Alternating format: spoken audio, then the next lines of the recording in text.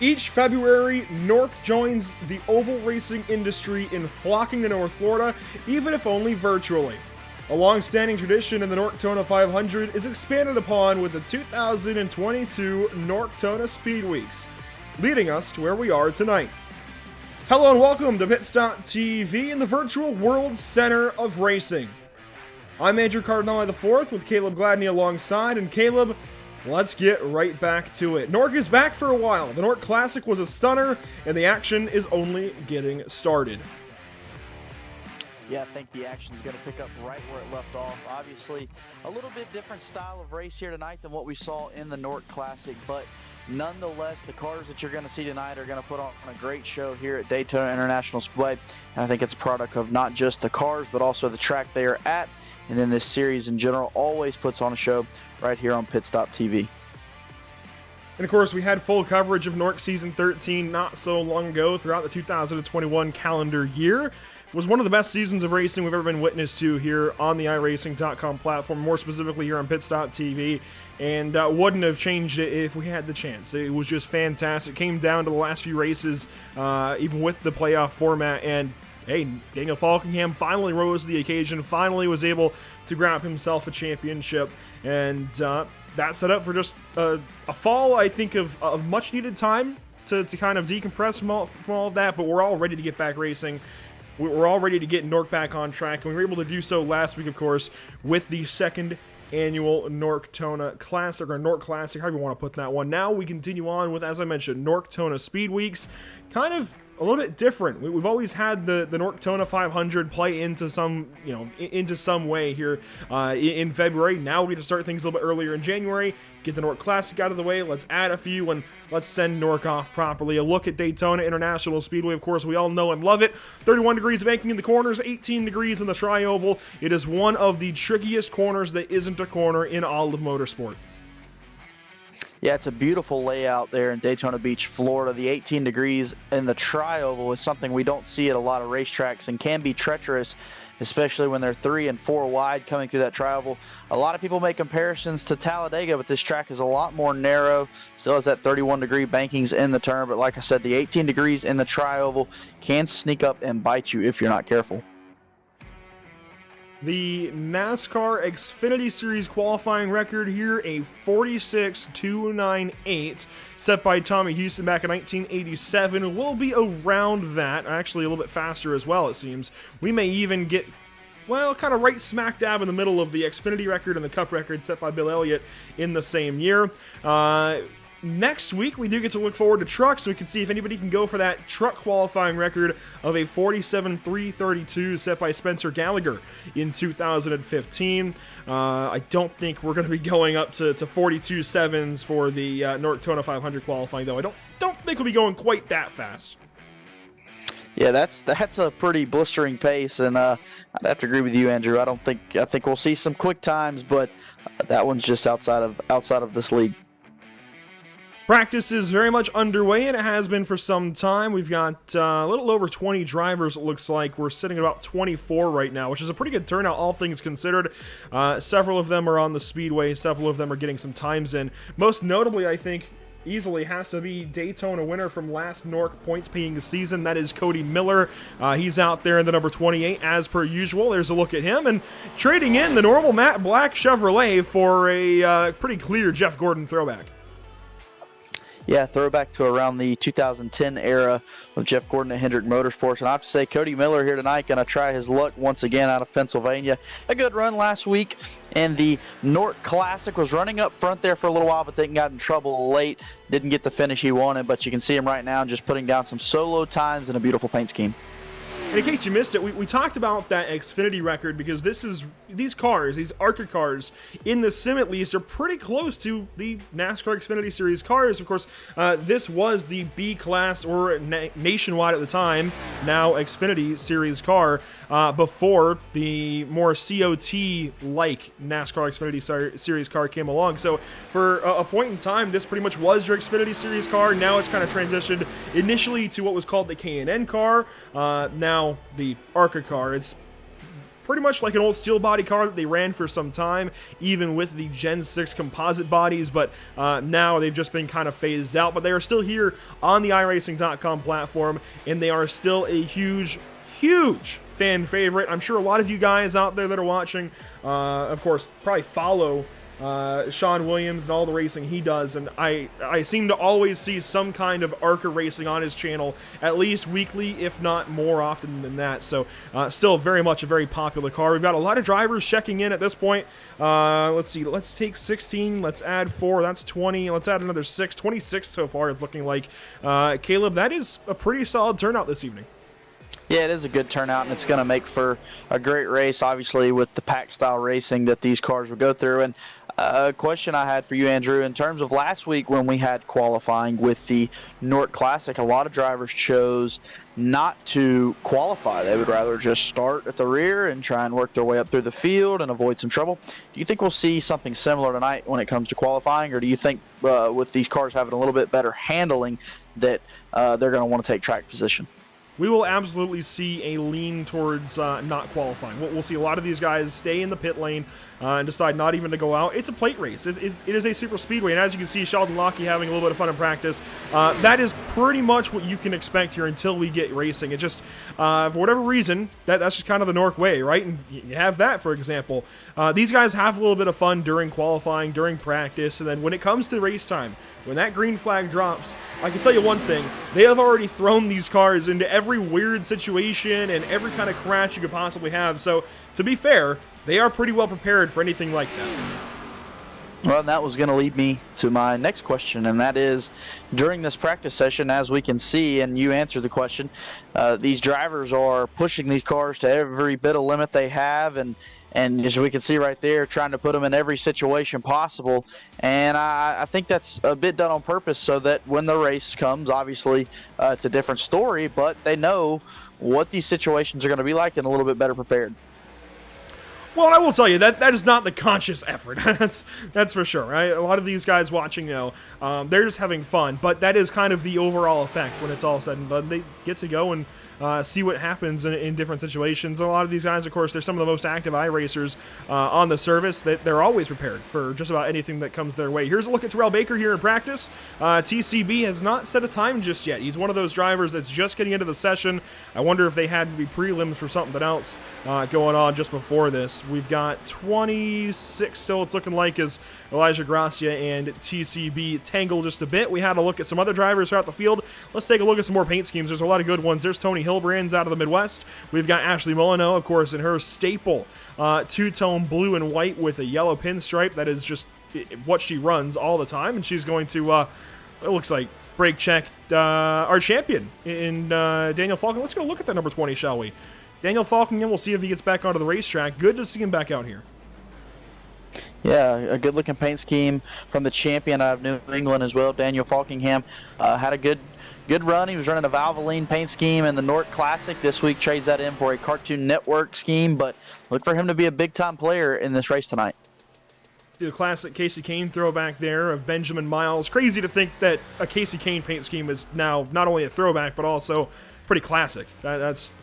Well, we'll leave that one to everyone else to figure out. Will Klein is out here in a fantastic-looking Lowe's 48. Paired up with some teammates, looks like. Bobby Cheney's in there. We got Anthony Emery in the 44. Okay. Yeah, I mean, not sure not sure what to say, but they got something cooked up there. Seth Noel, looks like, didn't get the memo about numbers, running a number 8, and it looks great. It really does. Fantastic Dale Jr. throwback there, but yeah, that is not a 27. No, it is not, but the car looks really good. I feel like the paint scheme and the whole look of the car makes up for the number confusion. Obviously, in front of him was the Rush Trucks Tony Stewart paint scheme. You can see another Dale Jr. paint scheme at the top right there. So a lot of these drivers being very creative with the paint schemes, and that just adds to the fun of tonight's race. Let's see a look at Nick Northrup there and the Greg Biffle throwback. We've got Tom Mercier out there in an old DeWalt paint scheme. I dare say that's a throwback to Matt Kenseth, and I do think that scheme was run at some point, just not with Dodge Challenger all over it. You see Elijah Gracia just behind. I do love the blank canvas that this ARCA car provides a lot of guys now when it comes to painting. It always looks pretty good. Here's a look at Jared Darling as we're going to have a crash here in turn number 3 behind him. A lot of great paints out there. By all means, let us know which one you like, and maybe we'll even have another Facebook and Instagram and Twitter conversation about it. Yeah, a little bit of bump drafting going on right there. You see coming through the tri-oval, there's Ashley Woolno as she comes through the tri-oval, the beautiful paint scheme. A good shot right there of the cars shooting off into the distance into turns 1 and 2 with about 3 minutes left here in practice on Pit Stop TV. Answers some questions out there, Nicholas Adams. These are fixed setups. Granted, it's not as much of a series anymore. You might be able to still get in and join in on the action for the rest of the month of January and into February, but for the most part, this is kind of a send-off for NORC. We're taking what we've got, and we've even got guys like Connor Anton, who's only got 1 series win, going way, way back to earlier on seasons. I could probably find it if I were to look for it, but definitely some drivers coming out of the woodworks. This is kind of a send-off for the NORC iRacing series, and we are just happy enough to be along for the ride. We've got a whole lot more coverage coming your way in just a few more moments. You can see only 2 minutes left to practice. We're going to take a step aside. We will leave you guys with some fantastic scenes at Daytona International Speedway. We're going to get our final preparations in here for the Norctona ARCA 200. Do not go anywhere. More is on the way on Pit Stop TV.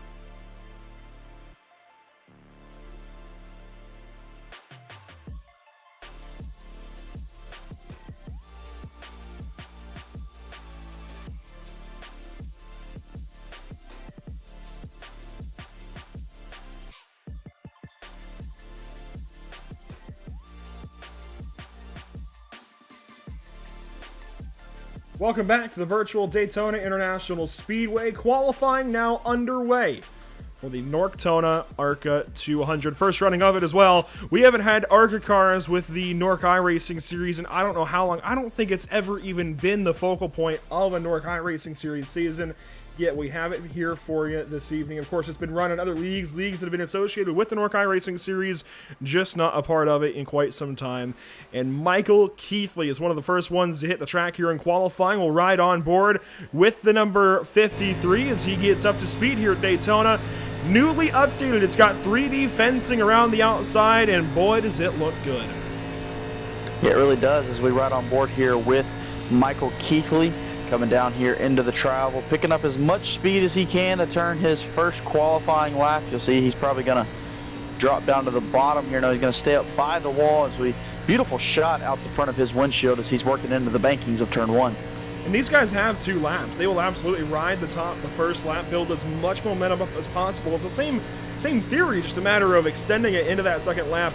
Burn that first lap, just getting up to speed, burning some fuel off, and that little bit around the top side really goes a long way to help these times, plummet in a weird way. Kind of sounds weird to say, but Michael Keithley out there in the number 53, and he is working around the speedway. Sean Williams also out there in the Taylor Swift, number 89, as we so often see him. Tony Hillbrands is out there in the number 92.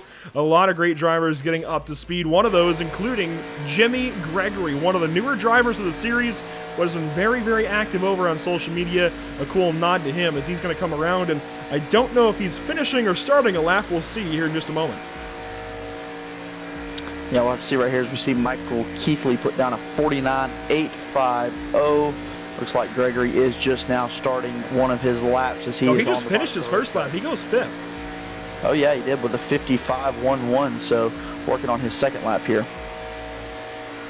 You can see the leaderboard there on the left. A lot of drivers opting not to qualify, but this may be actually a race where we see a few more drivers qualify. These ARCA cars, I don't know, they just seem to be fan favorites, as Gregory is still the slowest of the bunch so far, but sometimes a slow first lap means a fast second lap.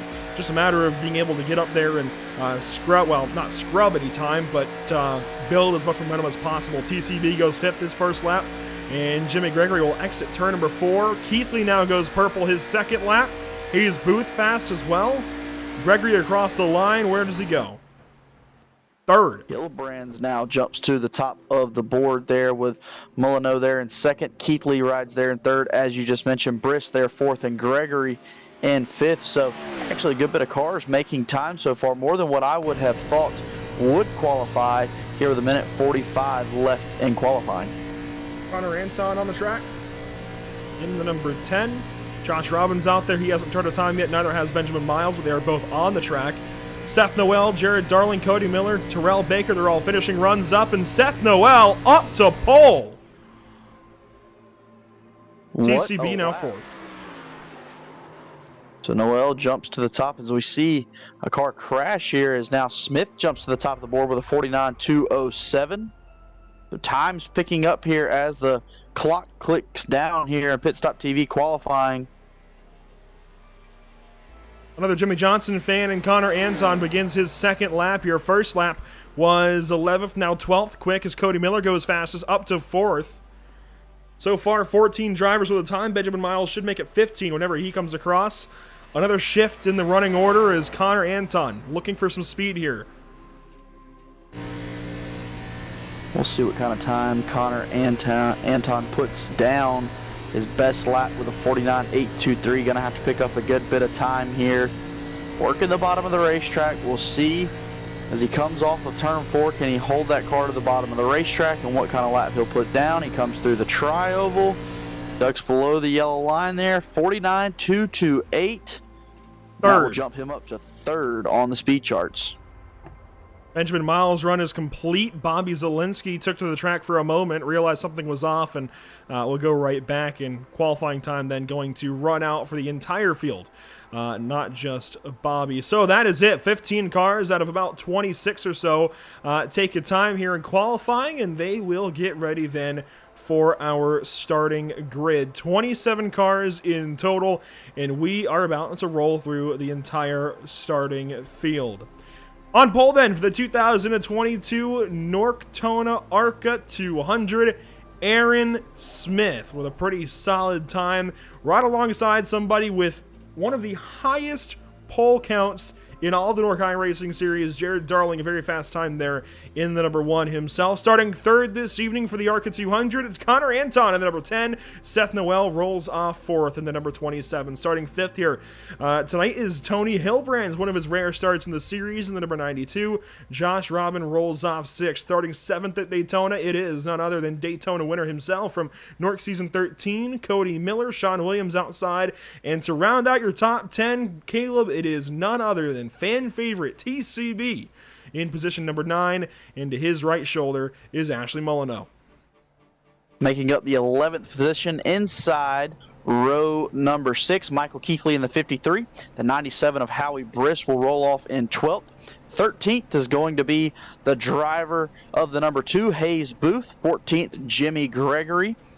15th rolling off is going to be Benjamin Miles in the 35. 16th, Bobby Zielinski in that number 83, as always. Inside in the 17th, Daniel Falkingham in the 20th. 18th is going to be Will Klein, last week's winner. 19th, Anthony Emery in the 44. Bobby Cheney in the 24. Starting 21st, it's going to be Spencer Owens in the number 12 out of Pennsylvania. 22nd goes to Nick Northrup in the 54. Starting 23rd, it's going to be the number 68, at least tentatively. It seems like some of the order back here is a little mixed up, but it seems like, Tom Mercier should roll off 23rd, Sheldon Lockey then 24th. Starting 25th, we've got the number 74 of John Barry, Elijah DeGracia back here as well, and Scott Shire will round out the field of 27. All in all, again, a very strong field this evening for the first running of this Norctona ARCA 200. Weather for today's race, pretty nice and calm. In fact, we're in the morning hours here in Sim. 70.8 degrees Fahrenheit, 72 on the racetrack. Winds, though, they do seem to be relatively high, and that easily could play into this race. Yeah, you see the winds right there at around 13 miles per hour. The track, like you said, early in the morning with a track of 72 degrees. Track temp 72 degrees. It's going to make for a cool racetrack with a lot of grip. Just kind of waiting on these guys to all get around the speedway. Of course, Aaron Smith is a pretty solid pick for this race, but you got to think, when do guys like TCB, when do guys like Will Klein get up there and flex the muscle? When do they go for it? Yeah, we'll see. I mean, the last week, I don't know if this is just because it's getting towards the end of NORC with like the last hoorah, but they went at it pretty early and stayed at it all afternoon long. So we'll see if the same thing transpires today. Yeah, the good news is this is a non-points race. There's no repercussions and $50 for the race winner. So everybody wants that $50. Everybody wants to go get some TV time. Everybody wants to go have some fun. That's what it comes down to oftentimes here with the NORC iRacing Series crowd. As we work into turns 3 and 4 for the final time before Tournament Loose this evening, we, of course, do have to turn our eyes to the one and the only Terrell Baker. I got to see if we can find him here in TeamSpeak. I know he's around. One moment here as I look for him. I see him. There we go. TCB, take it away. All right, boys, here we are at Daytona. Get a good old Daytona. Yeah!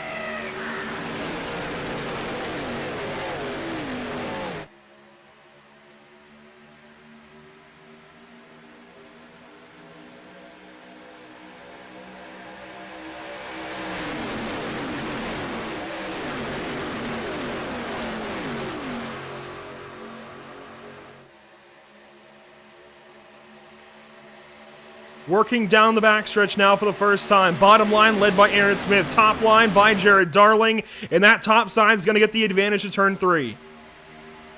Top side does have the advantage, but the bottom will pull back close. 2 by 2 by 2. They work through turns 3 and 4. Nobody has the edge. A nice speed shot right there as the cars come by. Still like a fast-paced pace lap as they come across complete lap number 1. Lap 1 in the books. It goes the way of Jared Darling out of Illinois. The entire field still in formation lap. I was going to say pace lap formation. That's kind of where I was going with that one. Seth Noel now topside leader as Darling drops down in front of Aaron Smith, the number 1 to the point. Darling does pull out in front by a car length. We'll see that number 70 car jump out of line. He's going to fade to the rear. Obviously doesn't want to play early, just wants to save his car. That's Smith dropping through the field as we're getting 3 wide racing to the middle of the pack. On board here with Michael Keithley riding in the 13th spot. We got Sean Williams out the windshield. It's a pretty safe driver, but I mean, he's had some bad luck here in recent years in the NORC iRacing Series. Sean is just always one of the better drivers so far, keeping the car clean, keeping it in the race for a long time, but some bad luck is finding both of them right now. As you can see, Cody Miller with some blinks there in the front of the field, getting 3 wide. 3 wide at the front of the field, as you mentioned, and we see Bobby Zielinski not wasting any time coming to the front of the field. The 8 car jumps out below the double yellow line. He's going to drift and get out of this 3 wide battle. Darling pulling back up on the bottom. Keithley now drops all the way down to the double yellow, gets to the inside of Briss. That's 3 wide, 3 rows deep as the 53 advances on that bottom. Falkingham helping Jared Darling right now out front. Josh Robin, Ashley Molyneux in the middle. Briss drops down low. Booth now drops down low behind Molyneux right in the middle, and the 2 cars stuck up top are Zielinski and Baker. That 8 car of Robin is going to take the lead there in the middle to top groove. 3 wide still at the front of the field. All the help, however, is down on the bottom of the racetrack. We'll see if that will slow down these top 2 lanes and if the bottom can regain the lead. So 3.5 laps in, down the Daytona Super Stretch, and Josh Robin now noses ahead. Molyneux going to follow with. Robin thought about dropping all the way to the bottom, now officially will drop in front of Jared Darling, and you've still got Bobby Zielinski way up top trying to get that line rolling, but really, Terrell Baker's been the only one to go with.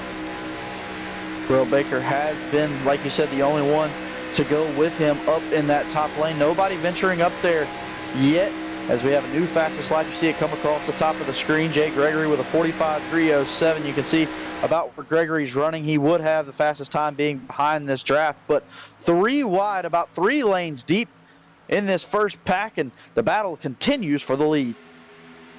3 by 3 by 3 by 3, they continue on.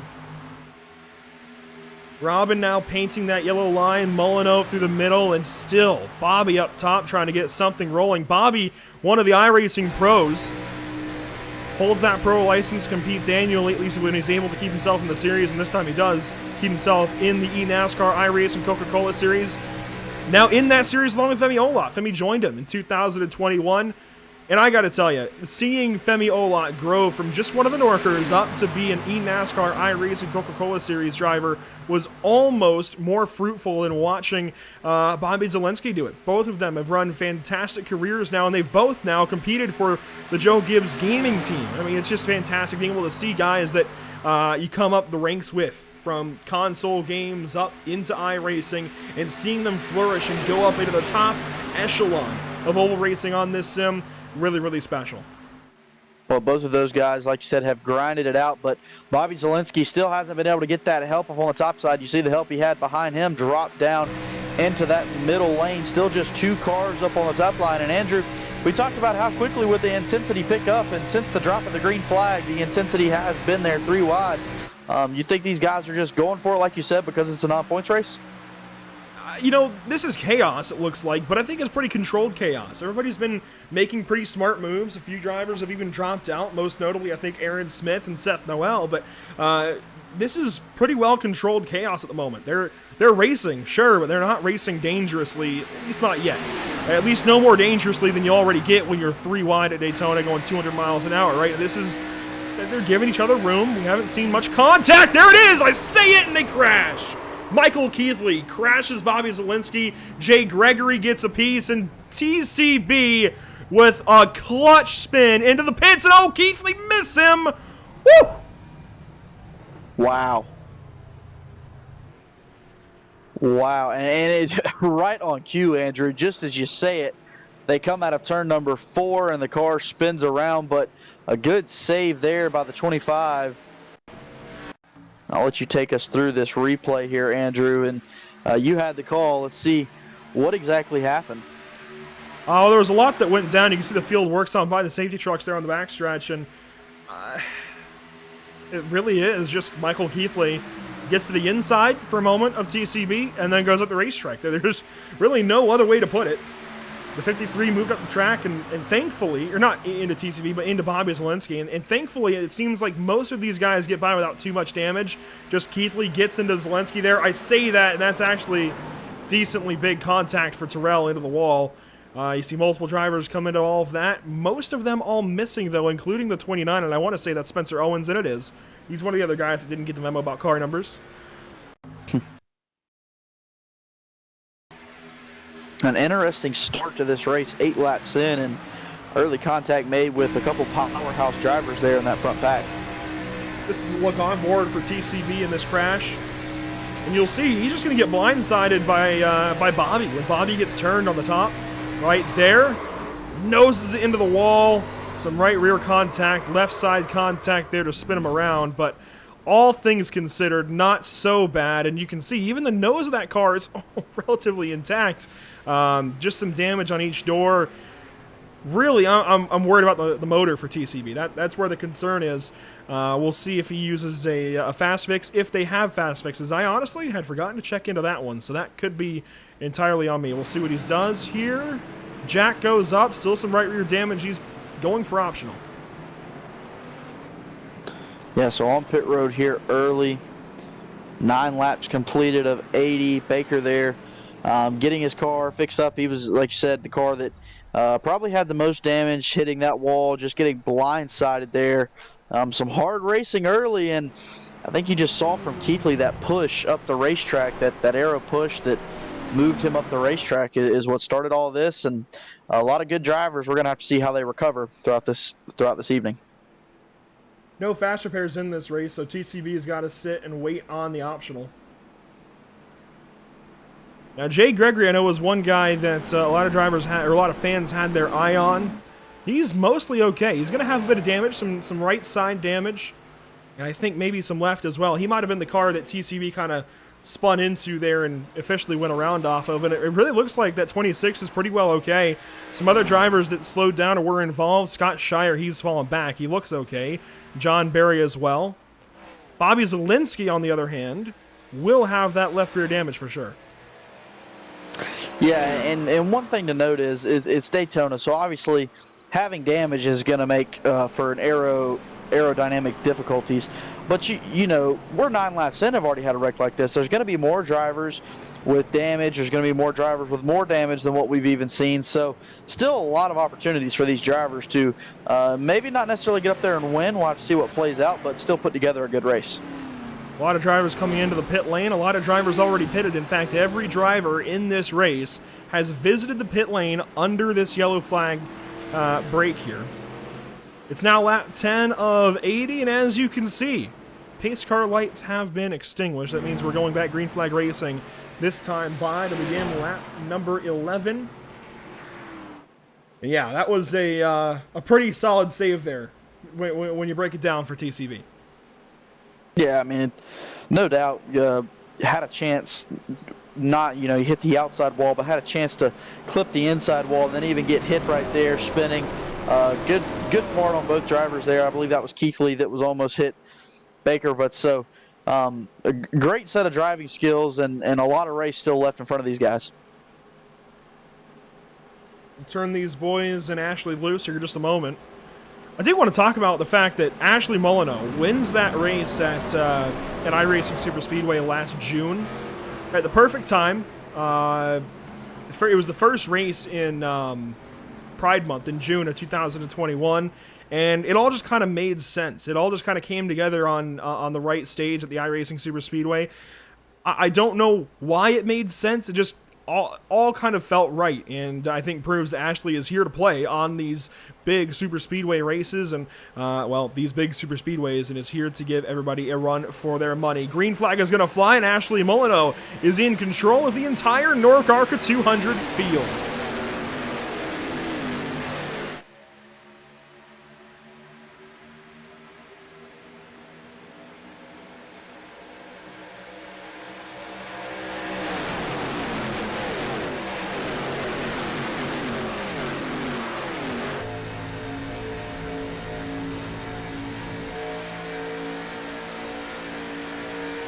Up to speed through the gears, and now down the Daytona super stretch. This is how close they are. Elijah Gracia, that's all he sees out of his nose because he is pushing. Maybe not. Maybe that camera's just in the wrong spot. Regardless, half of a lap down, 3/4 of a lap down, and it's still Molyneux out front. Molyneux pulls the field from the bottom of the racetrack. That's the lane. But here comes a run from the top side. That 8 car is going to get a run, push for the lead. That's Robin. Molyneux will lead that lap, but a challenge from Robin's coming from the top side. The first car top side is still Bobby Zielinski, right back up to that line, and I think he knows that he's going to find a tough way of getting that line going, but if anyone ever joins him, it'll be fruitful. Right now, it's a clear path if he can get help to get to the front, and I think he sees that. Bobby Zielinski's one of those drivers that I noticed last week that's always making those aggressive moves to get to the front, and I think that's what makes him the kind of driver, the kind of iRacer he is. Obviously caught up in that crash, and look, he's already back to the top side trying to work that top lane back to the front. We'll jump on board here with Sean Williams, feathering that throttle. As you can see, Anthony Emery in the 44 is going to go up behind Bobby. Doesn't get the line moving yet, but I think give them a corner or two and they're going to get going. Falkingham is now going to pop up there in the 20. You got Williams following Jay Gregory and some others down here on the bottom side. Hilbrands is in front on this bottom line. Now, Gregory goes up top. Yeah, Gregory moves to the middle, now to the top of the racetrack as we ride on board right here. As we said, that top line starting to get more help, more cars jumping up there. You see what it's done to put that top lane out front. Booth now rides there in second, and they're 3 wide for the race lead. Hayes Booth now leading the show, well, at least on the top side, and immediately Bobby Zielinski drops down in behind. They left that 2 car out to dry. Yeah, the 2 car going to get pushed all the way to the back now as Bobby Zielinski jumps in that middle lane. He's just going to ride right now just behind Jay Darling. We're right on board here as we see that 2 car just fall all the way to the back and perhaps get him out of the hornet's nest for a bit. And we usually talk about the sucker hole here at Daytona, or at least that used to be the talk of the town, especially when these cars were most active. That time, it was the sucker lane on the top side. It just went backwards for Hayes. He was left all alone up there and has gone all the way back, now dropping to 15th. Does he go 16th? No, he's going to get in line right behind Jimmy Gregory in 15th position. But, I mean, considering he was going for the lead a lap or so ago, that is not what you want to see. Yeah, very big deal for him. I mean, track position isn't as big as it would be at other tracks, but being out front perhaps means a cleaner nose on the front of your car. And right now, if he's going to get back to the front, he's going to have to work through that 3 wide racing as we see throughout the field. There isn't much that looks as good as 3 wide racing at Daytona. An entire pack working through these high banks at 31 degrees apiece. There isn't much that looks as good as this. Yeah, and I think the cherry on top is these Gen 4 ARCA style cars. I mean, such nostalgia as a childhood of growing up watching these cars and having iRacing. It's a perfect chance for us to get to see them hit the high banks one more time. We've not had this car, this exact iRacing ARCA Impala, since fall of 2017. That's how long it's been since we've seen this car on the iRacing set, well, in a Pit Stop TV broadcast. It's been active all that time since 2017, but it's been over 4 years since Pit Stop TV has had coverage of these cars, and this is the perfect way to bring it back. We got 1 car dropping to the rear. I just love these statics. I believe that is Anthony Emery going to the back end of the field. He's going to give up all that time and drop all the way back down to last. Yeah, it's almost as if they get their car up there and they run and they're like, well, we want to see how the car ran in the pack and what kind of speeds we were making, how we were able to draft. And then once you would get that out there, they're kind of like, we'll save it for the end of the race. But Anthony Emery has dropped way off the pace here, Andrew, and you can see the pack becoming a distant memory as they pull through turns 1 and 2. He drops some 4 seconds behind Scott Shire, and that gap continues to grow as the field works back down the Daytona Superstretch. Lap 20 is coming up quickly. That's the quarterway mark. Somebody that I've noticed has worked his way back into all of this, Tony Hilbrands. He had fallen a little further back in this field and has since gotten right back into the top 10, 8th place to be exact. Looking at the VRS Chevrolet of Bobby Zielinski, you've got Howie Briss down low in the 97. And this is where you reach an impasse. As a driver, you've made up all this ground, say from 15th to 20th or so. You get into the top 10 and you stagnate. It usually is the top 10 to 12 drivers that will stay in this top group, and then there's a gap, and that's where they get single file or a gap just outright with no cars. You get to that zone and you kind of stop, and you might be able to penetrate the top 10 or so by just a little bit in a couple of spots, but it's just so hard when a field is doubled up like this to go anywhere. Yeah, it really is. I mean, honestly, it's just what your lane can do. You can't really do anything by yourself here. As you see that 20 car of Falkingham go past him on the outside. Falkingham jumps up to 5th, making that uppermost lane all by himself. No help up there, and that's not going to stick for long as he'll fade back into 7th and now 8th. This just looks good. These onboards, the statics, everything. Jared Darling drops down in front of Josh Robin to assert himself as the leader now, as TCB is going to get some help from Bobby through the middle. TCB might have a go for the leader as Bobby Zielinski, a bobble into 1, hangs on to it. Up the racetrack again, almost into Daniel Falkingham. The handle going away on these cars, didn't expect that. Yeah, I mean, it looks like, as you can see down the backstretch, even Bobby Zielinski has a handful. As the 25 makes a block picker. He jumps down the racetrack in front of Darling. Here comes the 20 of Falkingham up on the outside. Now Darling will shoot to that middle lane. He wants to lead back as they race off of turn number 4. I feel like TCB had to make that move. He had to get down in front of Jared, or he was going to go backwards with Bobby there. Now, Jared goes forwards with Bobby. Into the line they will go, and it's Jared Darling still at the line, but I think there's some longevity in that bottom side. The top can get going, and that's how you pass, but I just don't know if it's going to keep going that way. Bobby Zielinski, of all drivers, is seemingly having handling issues. I almost wonder if he's kind of having fun with it. Yeah, and that's one thing I've noticed too, and I was just about to say the same thing. If you watch the back end of his race car, I mean, you can see his hand, and the hands right there fighting this race car.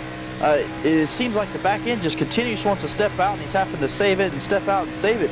So he's got his hands full, but you wouldn't know it by the way he's running. Sits there, and I believe that's 4th position, and he's pushing for the lead after being in that early wreck. We're on board with them again here. This is a good look at the hands, just what the hands are doing. He's going to push Darling back out front to lead at the quarter mark. And we continue on here at Daytona. We're going to go side by side here on Pit Stop TV as these guys continue side by side at Daytona.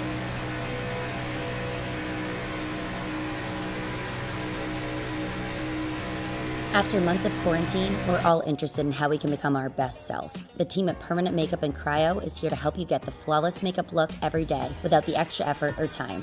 When it comes to your appearance, you deserve the best care that money can buy.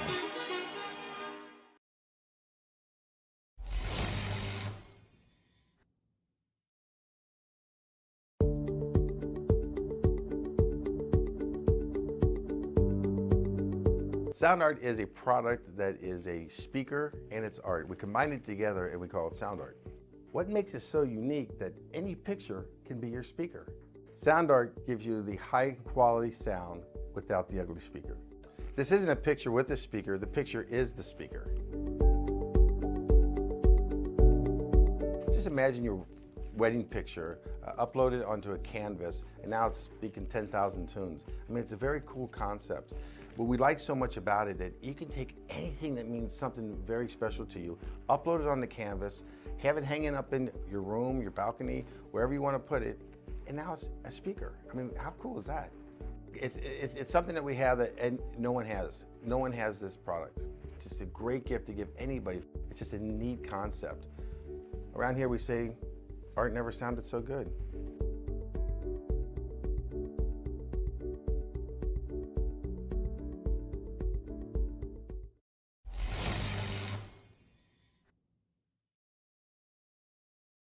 Have you found yourself trying to hide your joy because you're unhappy with your teeth? Your smile is the first feature noticed in an interview, on a date, or in family photos. We want you to be able to shine bright as your best self, and our teeth whitening system is the perfect step toward restoring your confidence.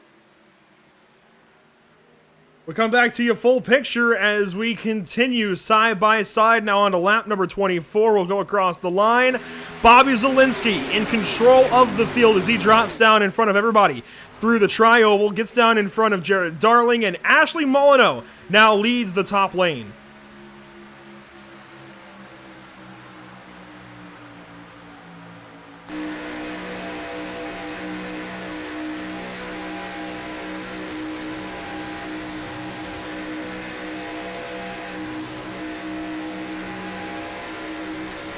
Ashley Molyneux, a big jump of speed, gets up to the point for a moment, and Daniel Falkingham went along with him, but they stagnate now through 3 and 4. The bottom side now has the advantage. Hilbrand's up the racetrack a bit, almost gets into Daniel, and you can see Jared now constricting that flow of momentum, tried to side draft a bit. Ashley leads the lap.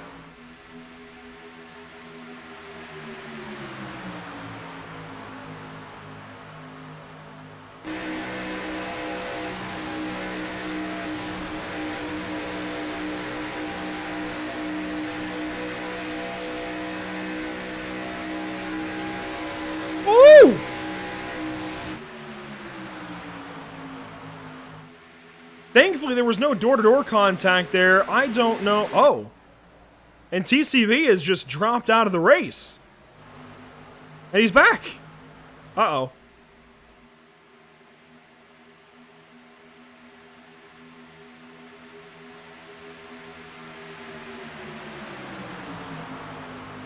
Crisis averted for the TCB camp. It looks like there's a few lag spikes. We see an issue there for Hayes Booth. We saw another car blinking that same lap, but we continue on. Jared Darling pushing Bobby Zielinski, trying to keep the 83 out front.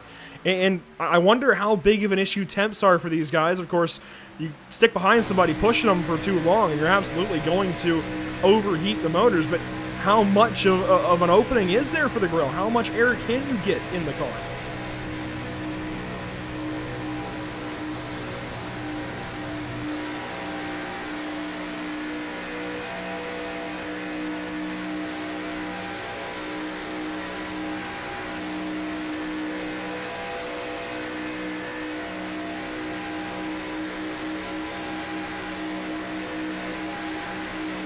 Look now from the nose of Jared Darling's machine. Just look at how close they are. And these guys are ripping 190 in the corners, getting closer to 200 down the straightaways. You can see that left rear damage to Zielinski's car.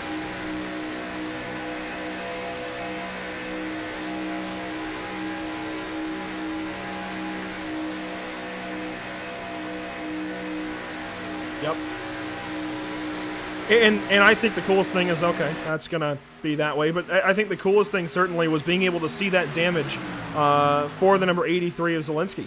Seeing that just bit of the quarter panel that was kicked in on the left side is really, really cool to see from that vantage point. It's really hard to tell from here. The TV cameras don't show it, but seeing it there from that onboard of Jared Darling definitely made it apparent.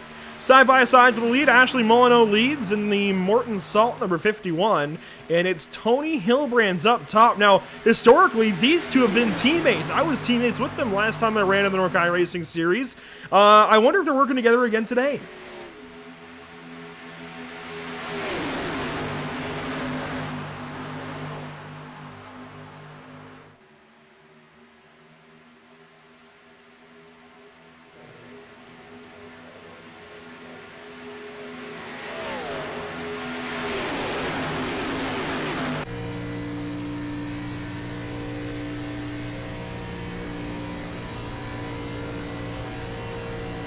Well, good handling race cars will be a commodity, or not commodity, but they will need to be working now. Lap car, Anthony Emery to the bottom side. Lets the field go by up top. That's the right way to do it. Slow goes low. You can let the entire field go on by just about, and it looks like Sean Williams will pick him up and get him into the pack. But one lap down now for Anthony Emery, one of the fieriest drivers in the field, that's for sure.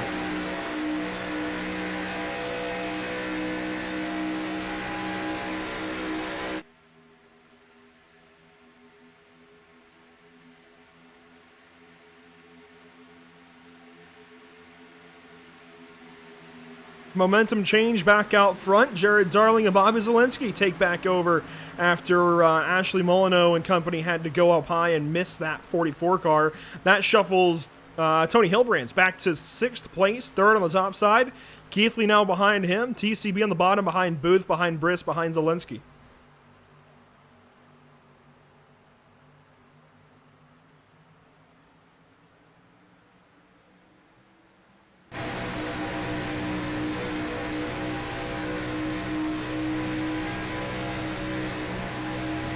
On board with Josh Robin. Cody Miller comes on by on the top side. I know last week, being the NORC Classic, was the week of throwbacks, but these are the throwbacks that speak to me. These are the throwbacks that speak to my childhood, and I'm sure a lot of drivers in the field certainly can relate to that, and a lot of the fans watching can certainly relate to that, I'm sure. This is... Oh, TCB's just been crashed!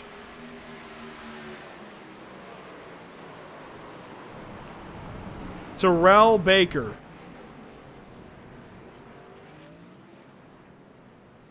And that car is destroyed. You might be able to get it back to the pit lane, but it won't go much further than that. That car is destroyed.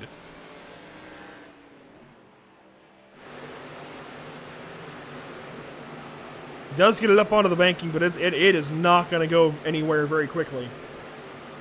And unfortunately, as soon as Sienna chimes in, unfortunately, Terrell Baker is swept up in this one. Bit of contact on the top line, and I have to wonder, did this one involve Michael Keithley again?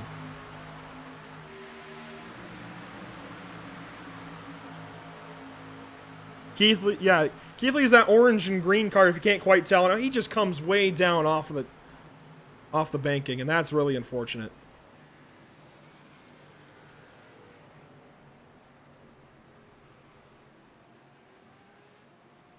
And getting hit once and getting crashed once, one way is one thing, but when it happens a second time, that's when it gets a little bit frustrating. I can only imagine that driver 25 is a bit disappointed in the way that just went, especially when it's the same car. Now, in fairness to Michael Keithley, TCB came up off the bottom line just a bit as well, but when you're up top, the first thing you have to make sure of is to not come down into the bottom line.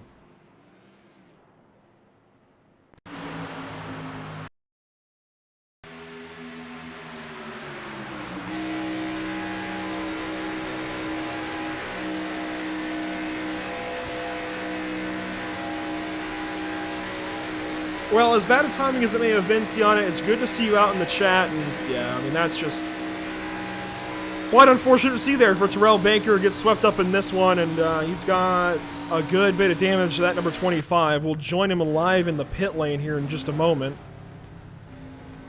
And unfortunately, I just don't know what he's going to be able to do.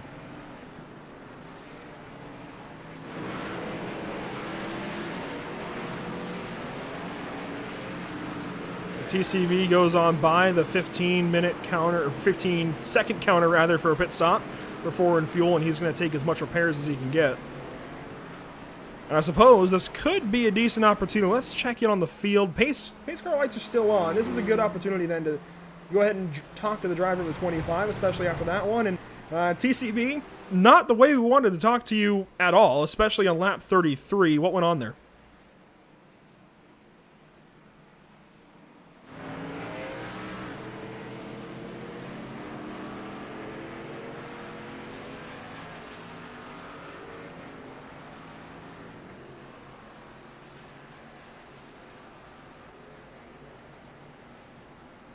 So a bit more of you did want to go up and get up into that middle line then? It wasn't just he came down and got you?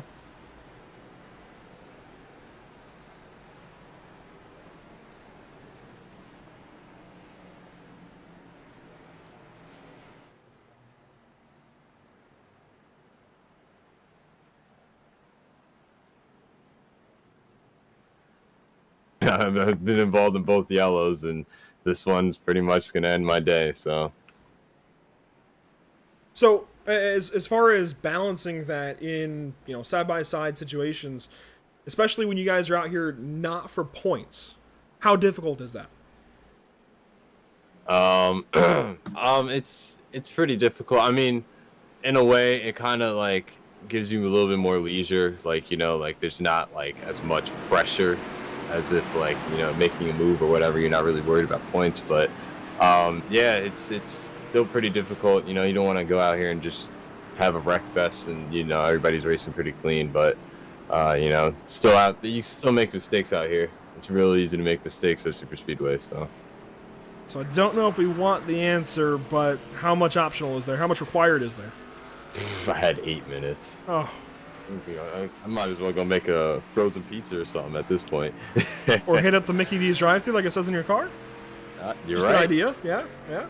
PCB for a 20% discount online. Well, buddy, best of luck to you. Hope to see you out. And we've got 3 more races to go. It's not all hope lost. There's still 3 ways to get a win. And, well, best of luck to the 25 in those races. Yeah. Thank you.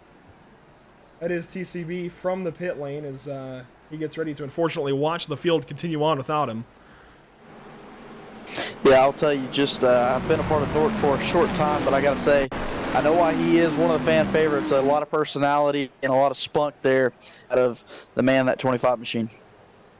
The entire field will work towards the tri-oval one more time and get this race restarted next time. Pace car light's still on. Pace car is still on the track. And we'll go back around. The weather has, well, it's warmed up a little bit, up to 74 on the track, 70.6, about a degree warmer in the air. And considering we started this race in the morning hours, I think that's perfectly to be expected. Yeah, I mean, it's just, like you said, it's a morning hour race. It's going to get hotter. The track's going to heat up as the race goes on, going to lose more grip. But the question I have now, we've seen 2 wrecks, not necessarily big wrecks, but taking out some really good race car drivers. Do you think that changes the way these next 20 or so laps go if they want to dial it back a little bit, maybe hop single file? Or do you think these drivers are just going to keep doing what they've been doing? I'm trying to figure out how to put this, but realistically, there's no way it ramps down. The intensity is only going to ramp up. We're coming up to halfway. This is lap 35. We'll restart on lap 36. So that's 5 laps to go to halfway. And that's only 3 laps outside of a fuel run. Maybe 7, depending on how these guys run. That is only a little ways outside of a fuel run as Bobby Zelensky takes the chicane there. And he is a road racer, so it makes sense. But this is... I mean, these guys need a yellow, realistically, if they don't want to have to pit under green. Otherwise, they got to pit under green, and that really shakes things up. I'm not saying anyone's going to go out there and try to cause a yellow, but I wouldn't be surprised if a few of these guys still race with complete abandon. Like, I wouldn't expect anybody to sit back just because we've had a couple of small yellows and a couple of drivers have been taken out. And really, it's only been TCB. Everybody else is still in the field. Daniel Falkingham, though, is 1 lap down. Pace car is going to drop back down into the pit lane, and we're going to get this party restarted. Quite literally, lap 36 on the way of 80.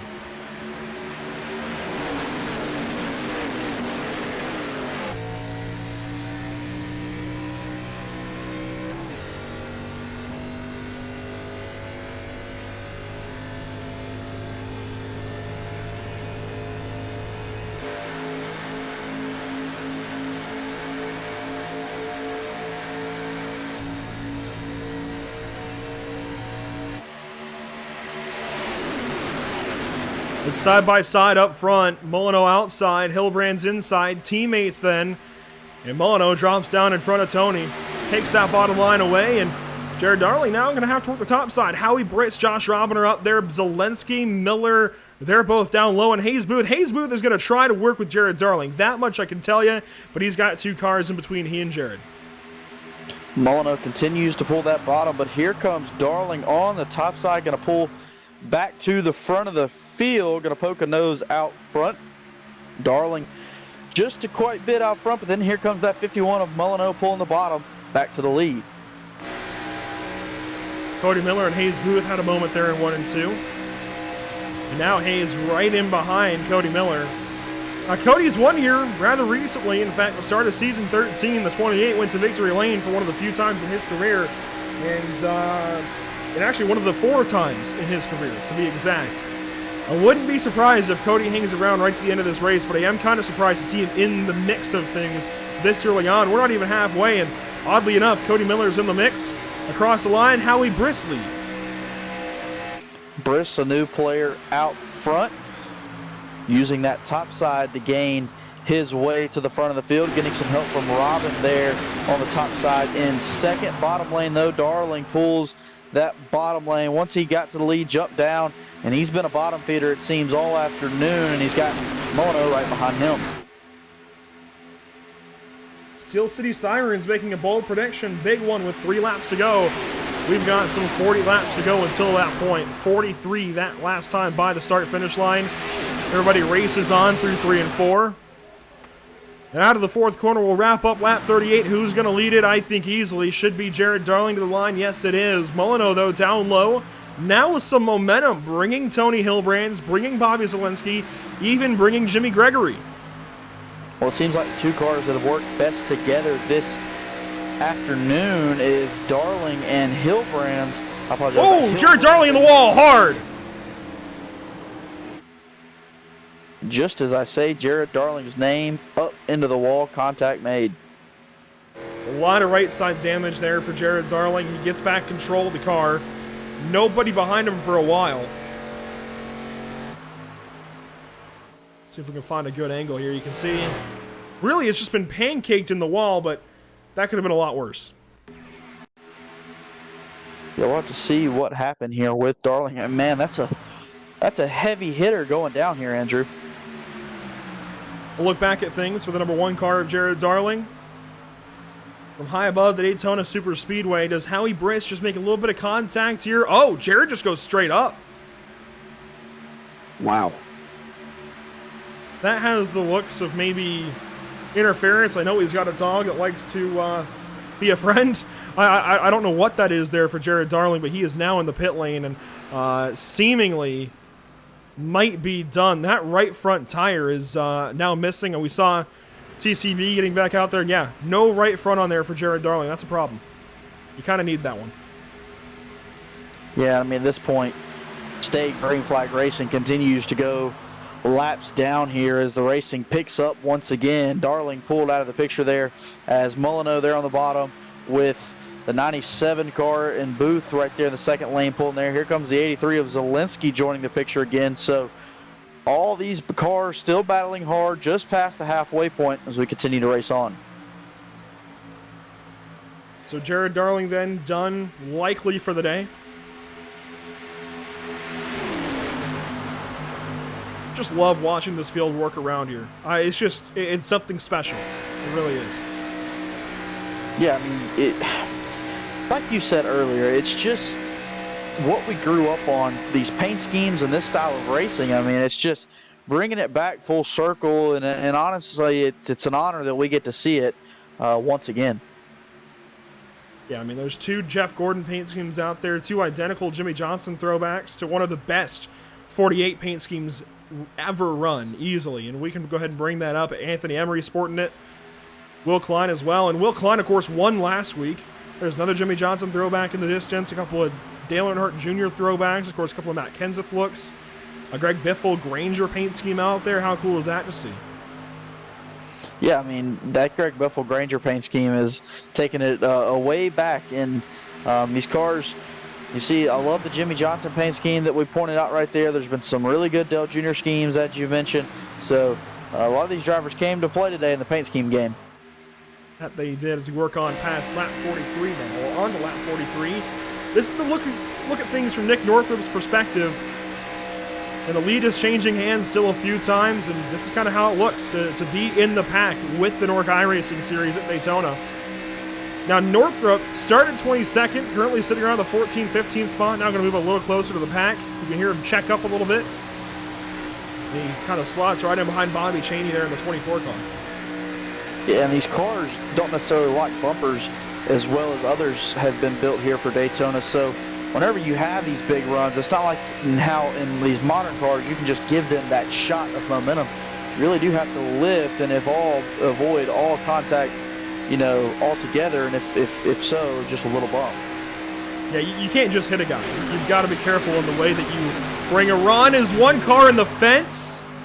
That may have been, I'm not sure actually, but that car is still plowing the wall down. It might be Benjamin Miles up there, and yes, it is. I've noticed a few cars playing with the outside wall in 1 and 2 especially. Now Miles is the latest of the victims, comes down and almost gets Will Klein and Spencer Owens. And that number 35 is looking worse for the wear, and a caution up ahead. Car spinning down through the racetrack. And this is the look at things for Benjamin Miles. There's North. No, that was Robin not on the inside that he just passed. TCB comes on in. and we've got problems.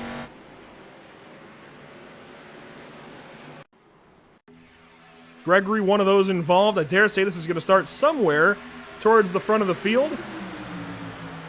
Josh Robin, one of those involved. You can see him there with Howie Briss. Robin drops down, and Molyneux with contact just gets the 8 car unsettled, and they kind of all wadded up.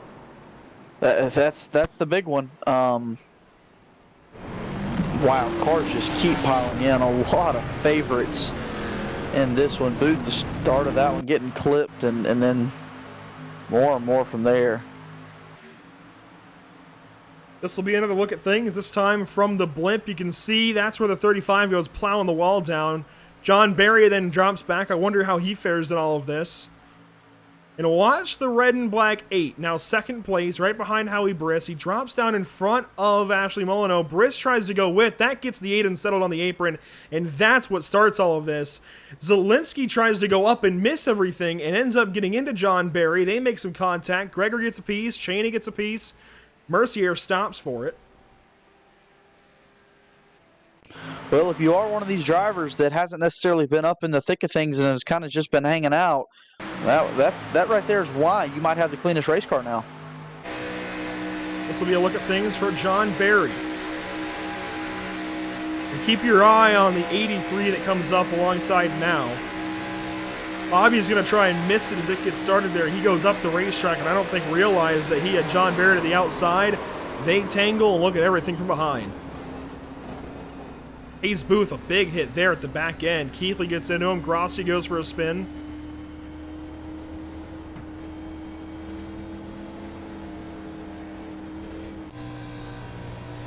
So that is caution number 3 here at the Daytona International Speedway in the 2022 Norctona ARCA 200. A big part of 2022 NORC Speedweeks.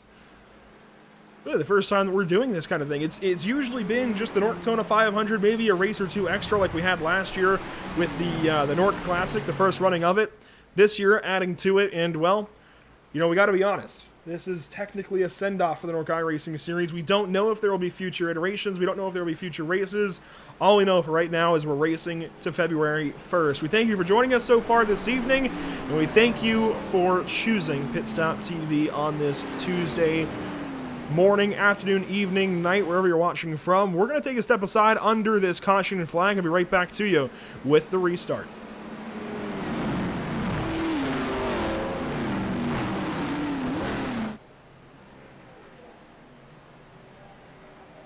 Sound Art introduces an entirely new way to listen to music in your home by combining the best of 2 products, a revolutionary high-fidelity, low-profile Bluetooth wireless speaker with beautiful artwork. Select from a library of artwork or upload your own photos to personalize your experience. Sound Art ushers in an era of invisible, beautiful, and amazing sound throughout your home and redefines your entire entertainment system. The need to reclaim your floor space and rid your home of unsightly speaker boxes that need to be bolted to the wall is now a thing of the past. Our canvas is printed on high-quality permalite by Breathing Color.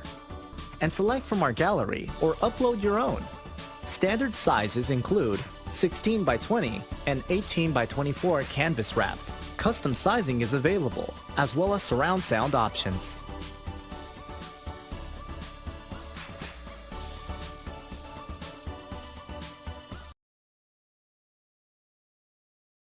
After months of quarantine, we're all interested in how we can become our best self. The team at Permanent Makeup and Cryo is here to help you get the flawless makeup look every day without the extra effort or time.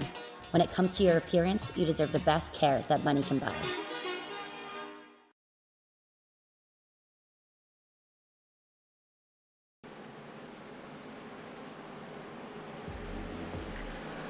Welcome back to the virtual Daytona International Speedway. The field works through virtual turns 3 and 4 as we get ready to go back green flag racing.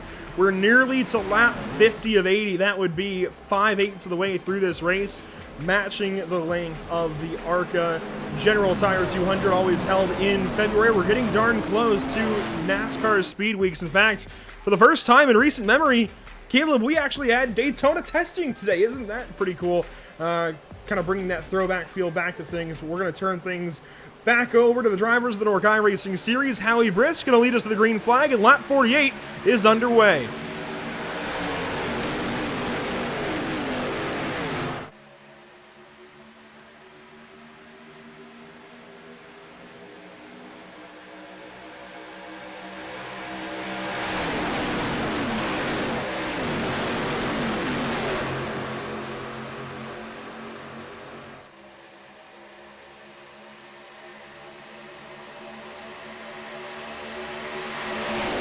Most of the field still intact, working down the Daytona Super Stretch. Cody Miller now out front. John Barry is going to give it a go around the outside. Sheldon Lockey is going to help the number 74, and we've got a race.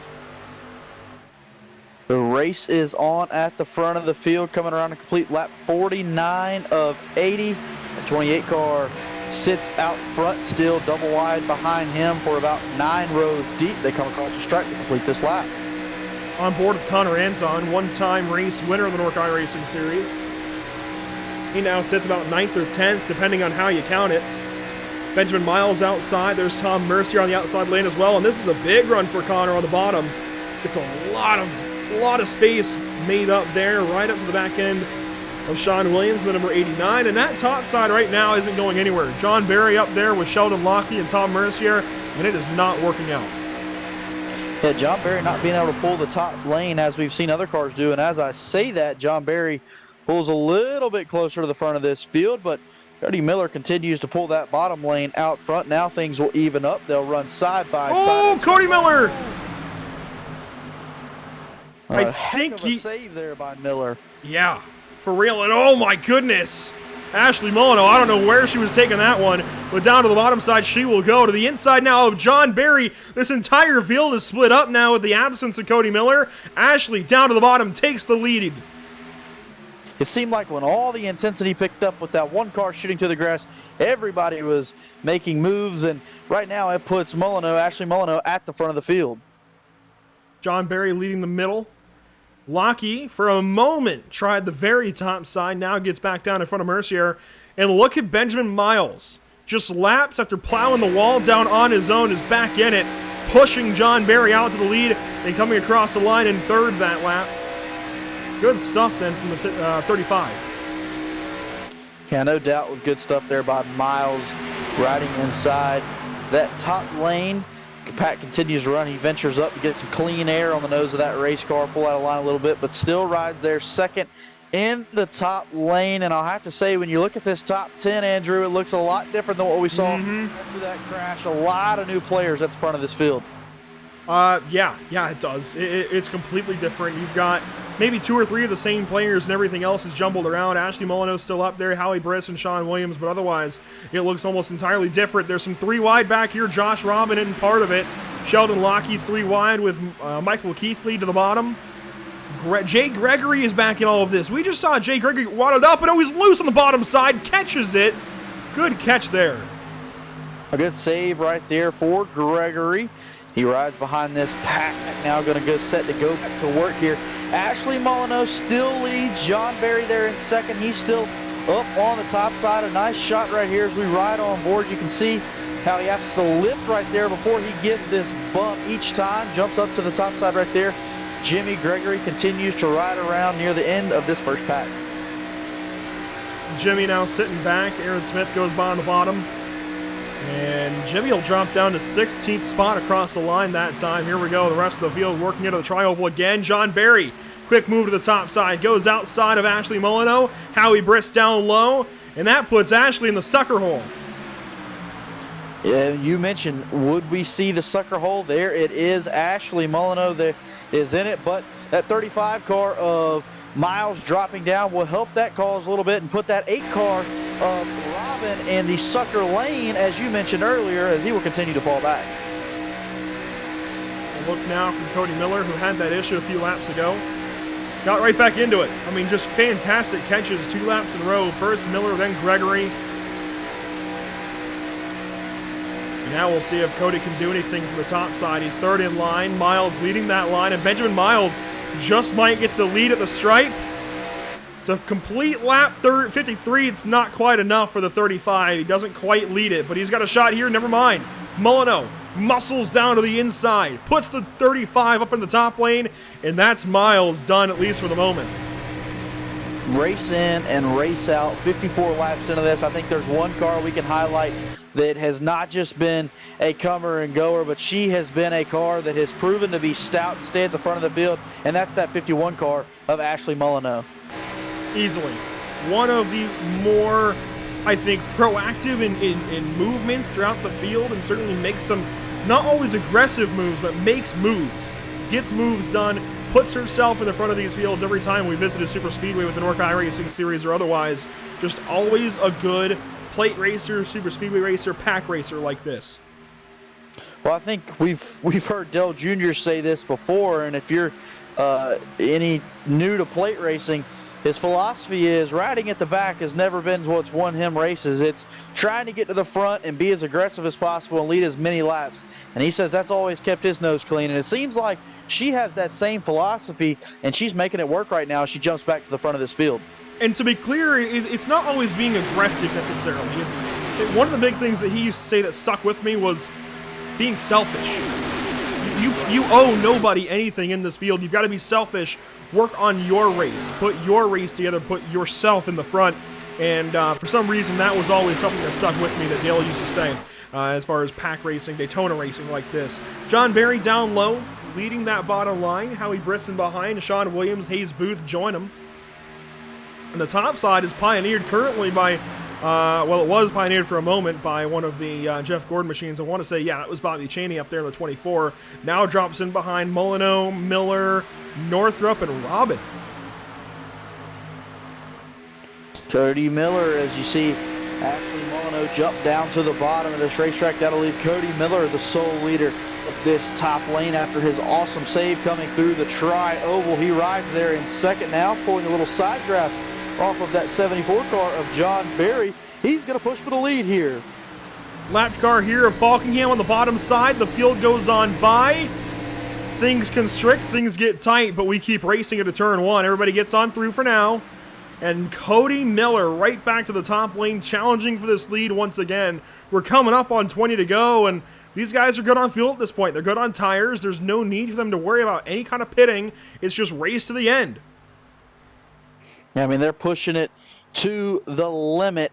Cody Miller going to jump to the lead, but Ashley Molyneux going to pull back tough there on the bottom. Both these drivers have just about equal amount of help. You see one car up there in the top lane, that's the 24 of Chaney. No help going to fall back unless that help does jump up there, come to complete lap number 58. We'll now jump on board with John Barry, still following the number 51 of Ashley Molyneux. Has been pretty loyal so far, just hanging on the bottom side, and I really think it's not a matter of loyalty to the driver, it's a matter of loyalty to the brand almost, to staying on that bottom side and just keeping yourself in the race. It's a matter of loyalty to the strategy at this point for John Barry, keeping himself down low, keeping himself in really, I think, the best lane if you want to race for this win, especially if you keep yourself towards the front of it. If you keep yourself first or second on that bottom lane, you got a great chance to win this race. If you go up top and mix things around, yes, you can go forward. So I think the ceiling raises up, but the floor of where you can end up just drops. You can easily get sort of way back outside the top 10, even outside the top 20 in a jiffy. Looking back here at the front of the field, still double file. The 28 car of Cody Miller edges a little bit out front, but then that bottom lane comes right back. Typical plate racing. One lane gets a little bit out front, then as soon as you enter the turn, another lane pulls back to it. So clean racing at the front of the field, still stacked double wide. Watching the field work down the Daytona Super Stretch, and there we go, a move from Cody Miller. He drops down low. Northrop now going to leave the top lane. I say the top lane, the middle lane really, because the top lane is just one car strong, and that is Michael Keithley trying to work his way up the outside. He's moved up a few spots. I mean, he's gotten ahead of Chaney, now alongside of Gracia. Next one will be Robin if he can get alongside of the 8 car. Northrop and Miller separated by thousands that time across the stripe. Northrop, a new player at the front of this field. He's got the 8 car of Robin just behind him. I'm curious to see how long Ashley Molyneux will ride there second on that inside lane before she tries to make a move to put herself back out front. On board here with John Barry again.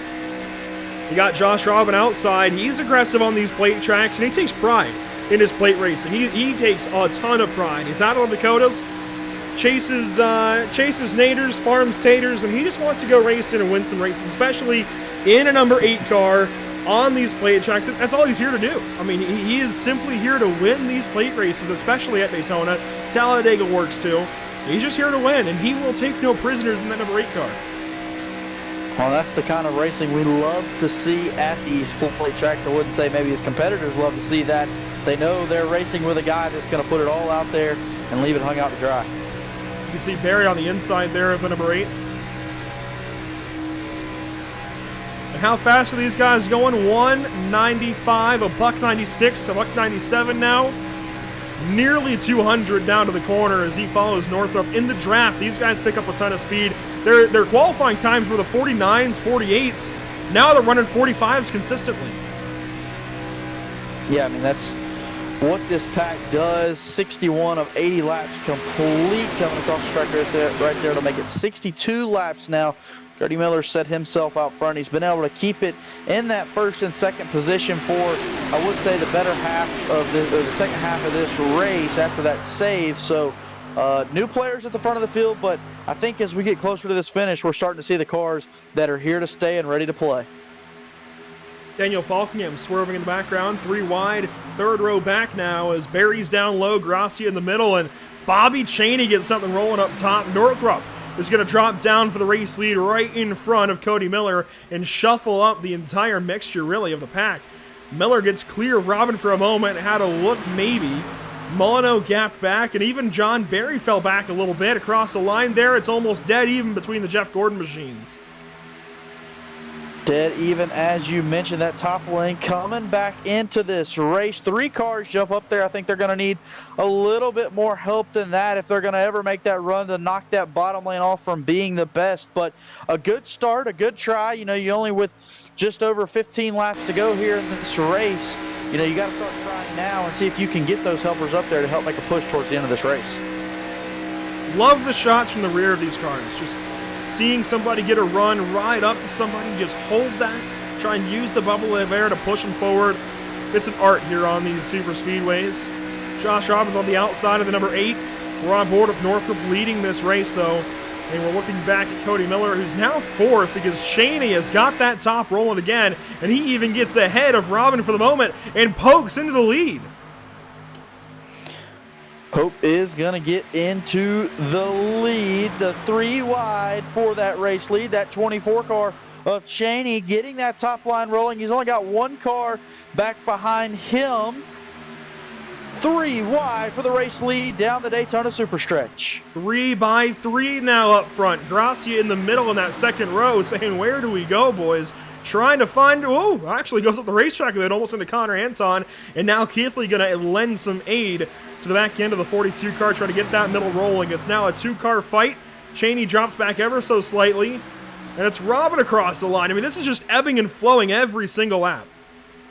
Yes, right place, right time. We'll see, wow, almost contact made right there. Perhaps a little bit of side draft there by Robin to try and shoot him into the lead.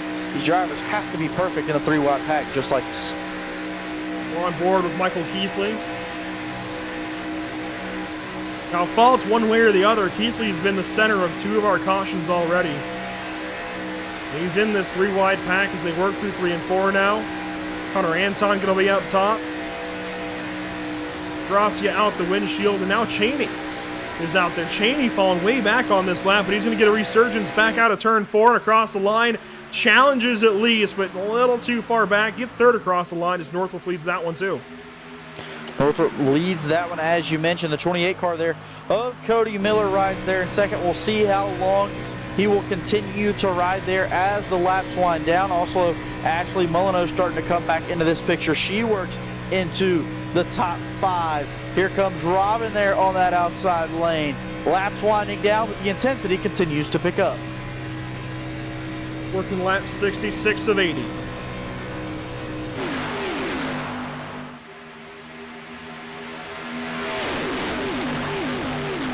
Field goes on by, now works out of turn number 4. And Northrop's going to have this lead to the stripe. Just ever so slightly as now Cody Miller's up top in that second lane, and he's going to nose ahead after the tri-oval. Didn't quite have it at the stripe, but you don't need to. You just need to set up for that final lap, and we've still got 14 to go.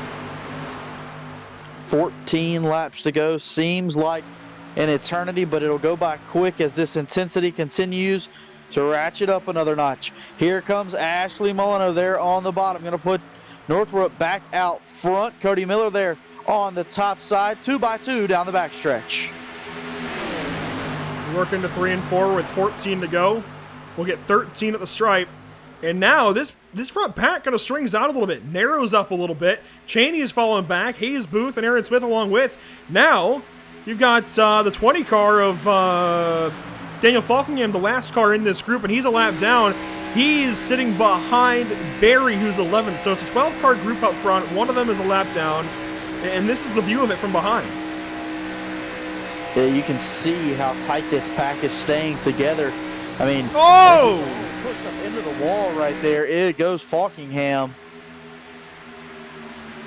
He's been very, very quiet in this race. The number 20 has just been kind of there so far. Cheney's going to get a run back up to Lockie and try and get back into this group.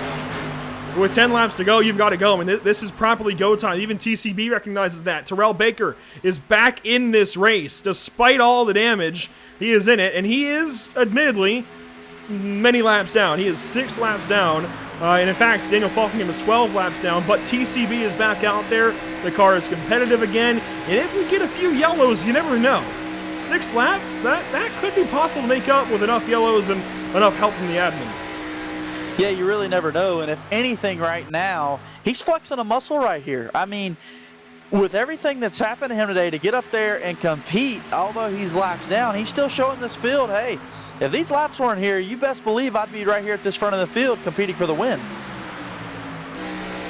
Jay Gregory, another one of those drivers, has been in a couple of wrecks and is still in this. You can see Josh Robbins damage there on the left side of that number 8 car. As it looks like Gracia is outside of Gregory here, and yes, that is Gracia in the 42. 11 laps to go at that time. When do the moves start to come? When do the moves start to be made? As they go by a lap car and Hillbrands, and door-to-door contact, Northrop and Molyneux. Molyneux just barely drops in front of Cody Miller to keep herself in that second lane, and there we go. Sean Williams going to say, nope. I think he's going to get turned out of there.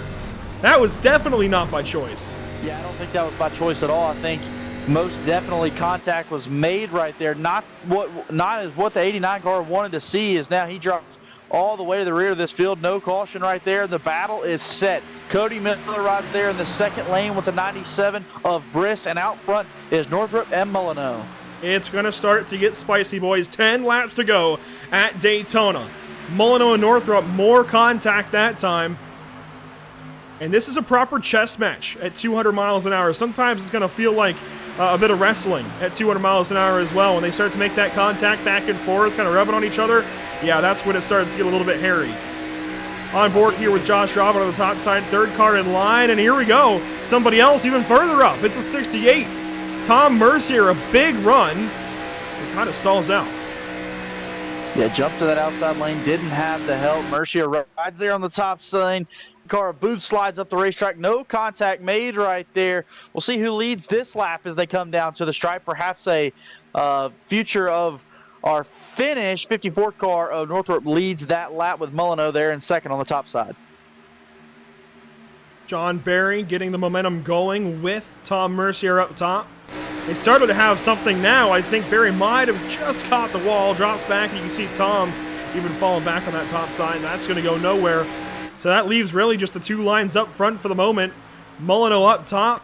Had a great run out of the corner. Now dropping back right to the nose of that 28. And I don't think Cody Miller wants to stay there. I think the last thing he wants to do is push Ashley Molyneux anymore, especially after a few laps ago when it was such a close call. Howie Briss almost gets into Ashley out of turn 4. 8 laps to go this time by. Well, right now, I don't think Cody Miller has much of an option other than to push her right now.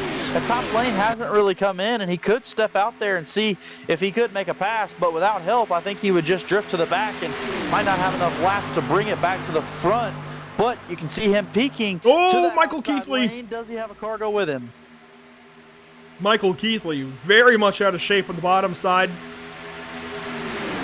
And we talk about peaking. Oh, yeah, we're going to see some peaking here in these last couple of laps. Cody Miller's already been testing the waters. Is somebody going to go with me? Is Josh going to go with me? And a lot of these guys have opportunities to talk to each other, but they do sometimes split into other weird orientations of channels and such, and they don't always end up talking to each other in the way that you might think. John Barry, though, is going to get a massive run. He's got the lapped Daniel Falkingham pushing him, and at this point, if Falkingham can push John to the lead, I don't think that 20 car leaves John's bumper. There's no reason for him to do so. He's 12 laps down. Just keep pushing John Barry. See if you can help him get that win. Yeah, it might be just the thing John Barry needs, is having that car right behind him as almost a protector there and a guaranteed helper for these last closing laps right here. Daniel Falkingham, one of the drivers we highlighted as a driver that could win this race today, as we mentioned, multiple laps down here, but is helping they get close. That 74 car of John Barry. That was very close. That time. Through 3 and 4. Oh, it's only going to get closer. Grab your blood pressure medicine. Grab a stress ball. 6 laps to go at Daytona, and we've got 3 by 3 by 3. By 3 even, I think, as we work into turn 1. Northrop leading down low. For second, it's 3 wide. Howie Briss on the inside. Ashley Molyneux middle. John Barry outside. Cody Miller and Jimmy Gregory are right behind. Jimmy Gregory slid up the racetrack ever so slightly there in turns 1 and 2. They're at 51 car of Ashley Molyneux trying to get the side draft to push her back to the lead. You're absolutely right, guys in the chat. Checkers or wreckers at this point. 5 laps to go this next time by the open palm of the iRacing flagman. Barney, there's some contact. Howie Briss and Ashley Molyneux. Side by side, they door bang that time. They go across the stripe, and it is all for now. The 74 in the middle. Keithley, all kinds of out of shape. Almost took off the right rear of Molyneux's car. But Robbins in the wall. Robbins does get up into the wall. No harm, no foul. We stay under green as John Barry takes the lead out front. Takes the lead proper now. Drops down in front of Northrop. Molyneux in the middle. A little bit of help from Miller still on the top side. That is a lap down car. That red number 20 is Daniel Falkingham, who was 12 laps down in 25th. Putting on quite the show, though, even though being 12 laps down, and has been a helper for that 74 car of John Barry to be able to get back out front and control this race.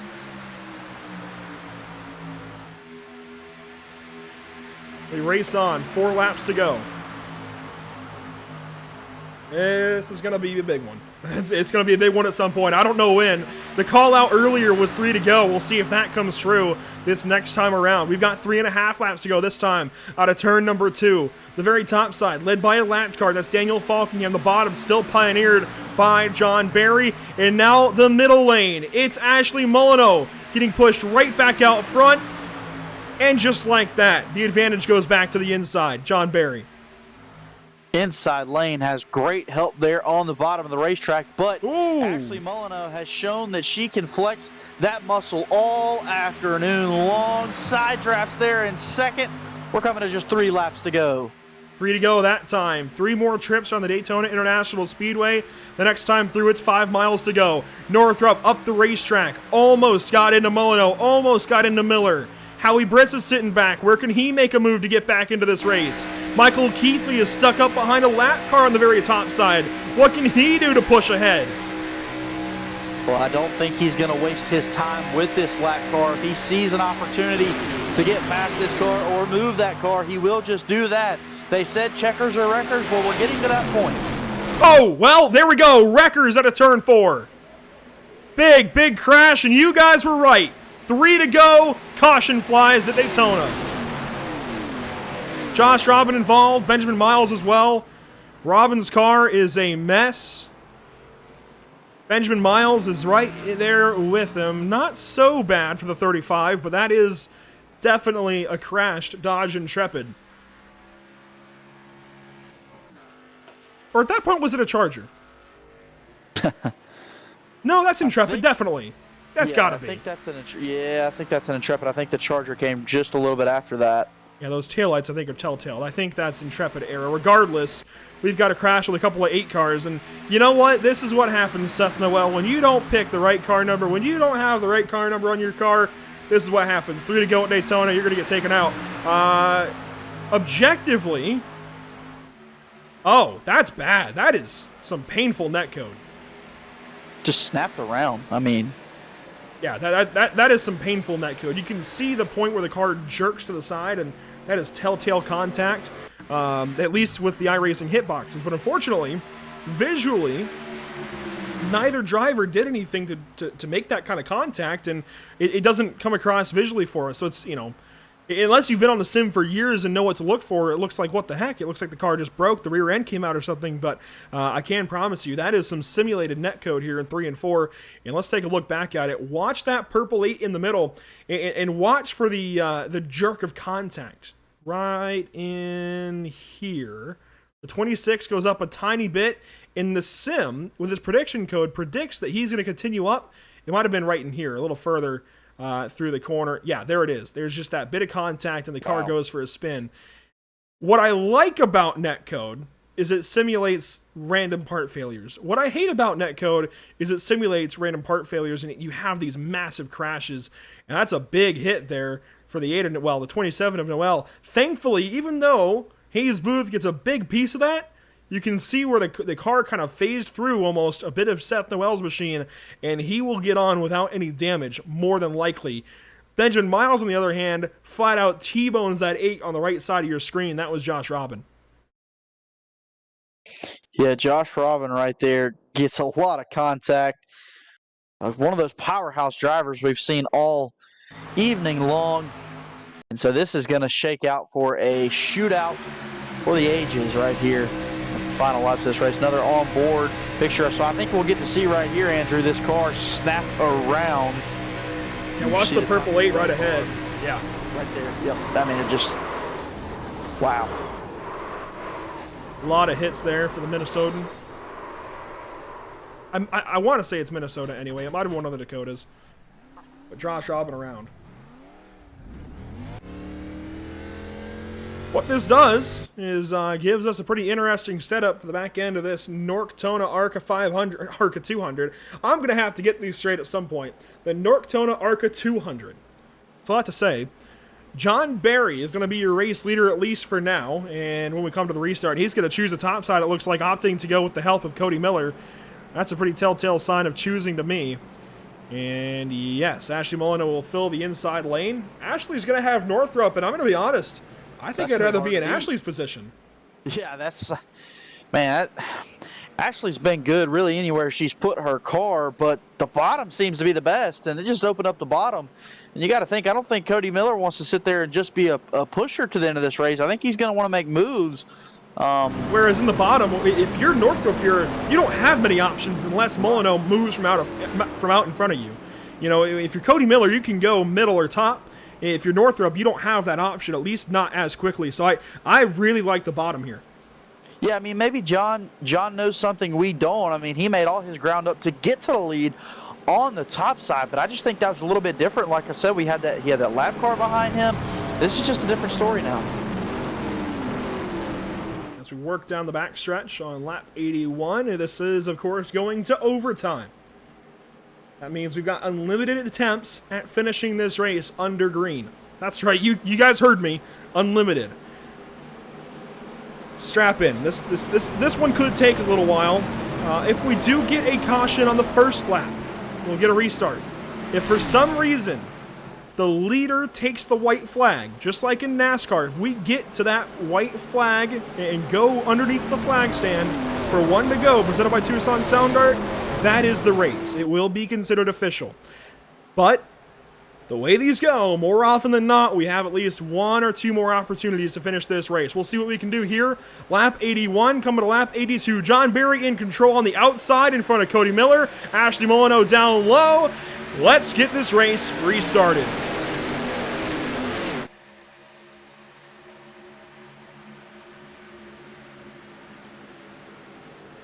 Already, the field all kinds of squirrely. You see Lockie up to the top side. getting that run with help of Cheney. Keithley is all over the place, and a caution comes out. We've got another crash. Crash back further in the field. It's like Connor Anton. Yeah, with that Jimmy Johnson foundation paint scheme. Connor Anton restarted just in front of Will Klein here, one of his fellow Jimmy Johnson fans, and he's behind Hayes Booth in the number 2 to the inside of Spencer Owens and Scott Shire. One can only imagine what goes on here for the number 10. Watch the white and blue 10 on the bottom side, yellow numbers. Will Klein goes middle, and oh, Scott Shire just didn't quite leave enough room for that. Will Klein maybe forced it, and that's actually a bigger crash than I thought we were going to have. Yeah, I mean, I agree. I figured that would be a little bit more cars involved in that crash, but nonetheless, a lot of cars keep rolling on, and we're going to have another shot at this green-white checker finish. Another look at this one. Shire kind of protects, and I think Klein could have waited a little bit on that one. Gets turned back into the fence there. Will Klein, all things considered, cushions that impact pretty nicely. Shire got, I think, a bigger hit to the wall even. And Connor Anton, of course, a lot of damage to his number 10 out of all of this. Bobby Zielinski really is the one that really gets the short end of the stick in all of this one. Yep, it's up there. Oh, well, you know what? That's okay. Anytime you do that, Bobby, I think it's warranted. He pulled the Kyle Busch butt shootout restart move right there. Yeah, I think you're putting yourself up to risk of all of that when you come flying by the field like that. And now, I don't recall, admittedly, if there's a provision in the NORC iRacing Series rules against this. But regardless, when you put yourself in that position, coming up this much more quickly than the rest of the field, I think it's kind of, you're accepting the risk. No doubt about that. You just see like a rocket ship coming up to speed here. He was full sending it no matter what. I mean, he even dropped it down to third gear to stop it, so he didn't run people over. Wow. I think he was hoping that it didn't fan out like it would have, and he could just go right to the lead. Obviously laps down, but make something of it. He's going to pit for repairs and try and get that number 83 back into racing condition here as the field paces on. Ashley Molyneux then gets put in control of this race. So even just for that reason, if you get to the banking in 1 and 2, 9 times out of 10, if not 99 times out of 100, the bottom line is going to have the advantage. That's why I'm still left completely speechless by the move from John Barry to take the top side. Yeah, I mean, like you said, it just, you have to defend so many more moves on that top side, and when you're on the bottom, you know, you can use the bottom of the racetrack and the banking where it runs off to almost as a protector.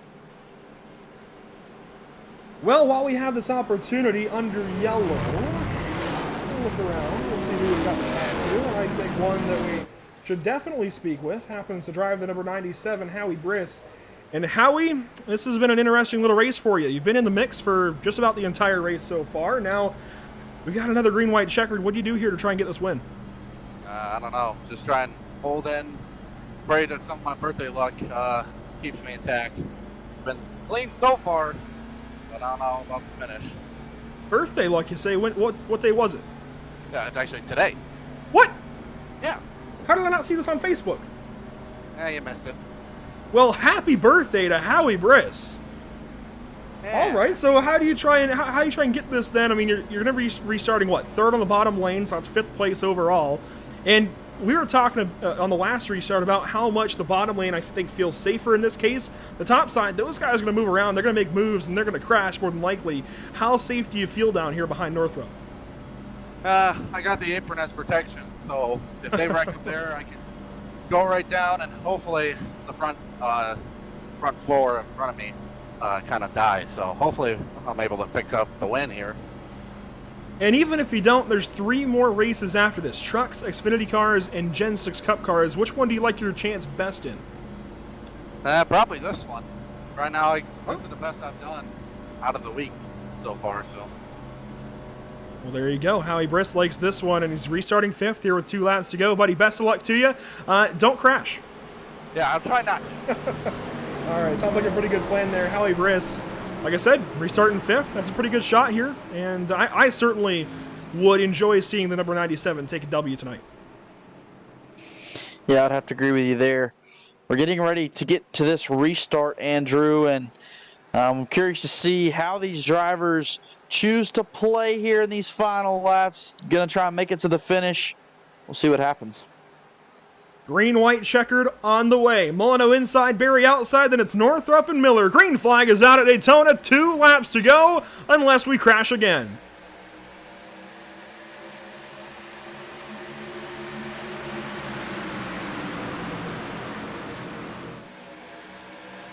Oh, Molyneux contact there with Berry. Northrop followed every step of the way. We somehow stay under green. No crash, no yellow. We'll race out of turn 2. Out of turn 2, 3 wide. This field gets jockeying for position. Ashley continues to ride, but here comes that second. Oh, and she's getting turned. Contact's made. Big one into turn 3. I mean, big one. That is most of the field. Absolutely. Gregory's involved. Noel gets a piece. Falkingham, Keithley, Howie, I think, gets through somewhat unscathed. Josh Robin with a piece. And back to the line first. Guess who? Will Klein is going to be your race leader from the looks of things. But Will Klein looking to go back-to-back here. Now, we do, of course, get one more shot at the restart at least. We get unlimited attempts here.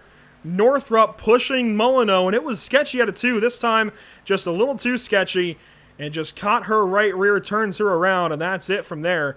Everybody piles up. My goodness, John Berry, Cody Miller, Spencer Owens, Bobby Chaney crowd surfs the entirety of them all. Hayes Booth gets a piece. Aaron Smith gets hit again. Tony Hillbrand's a piece of it. My goodness. Well, we've had multiple big ones, and now this shakes out new leaders at the front of the field. Interesting race, to say the least. Watch that 48. He gets through it all. That's Will Klein. We're on board here with Aaron Smith, and that's why Will got through it. He stops there. They all pile up top, and my goodness. We could look at it. We could look at this crash for ages. Yeah, I mean, just textbook plate racing crash. There's nowhere to go for these drivers. It's no one's fault. It's just when one thing happens, it leads to another, and the result you're going to get. Here we go from Howie Briss' perspective. Birthday boy, the number 97. Right behind where it all starts. How does he get through it?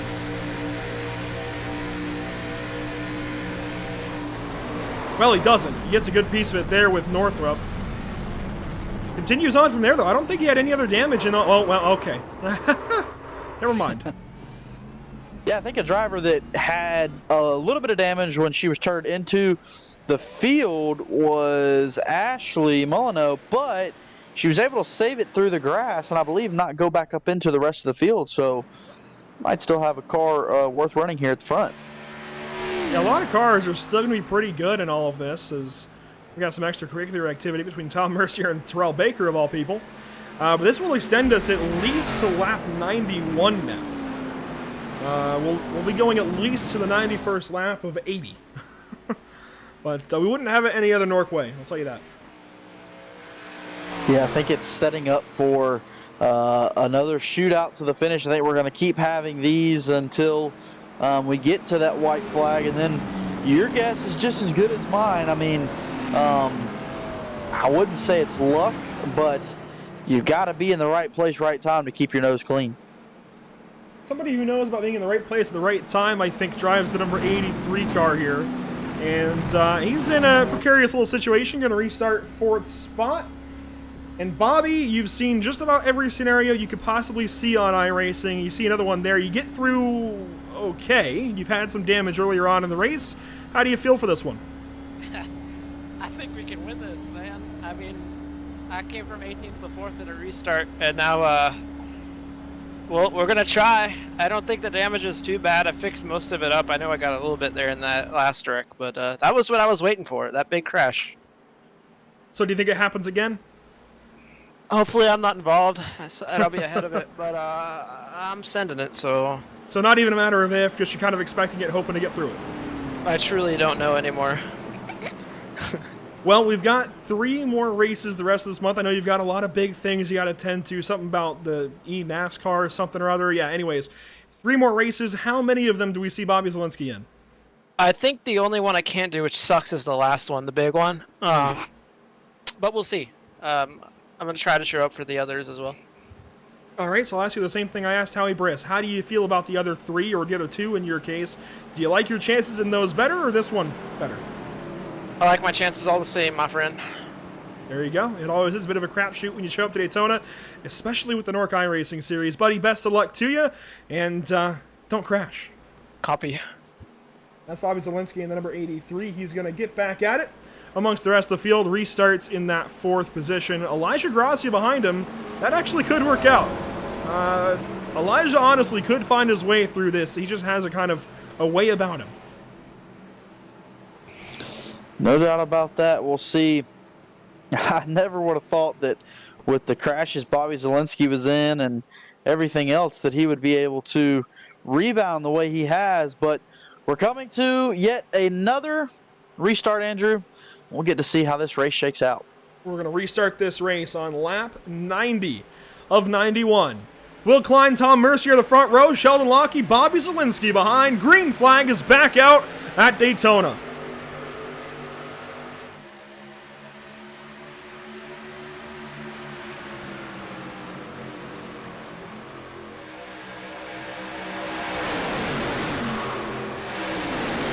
A lot more of the field missing from this one, as a lot of them are in the pit lane with damage.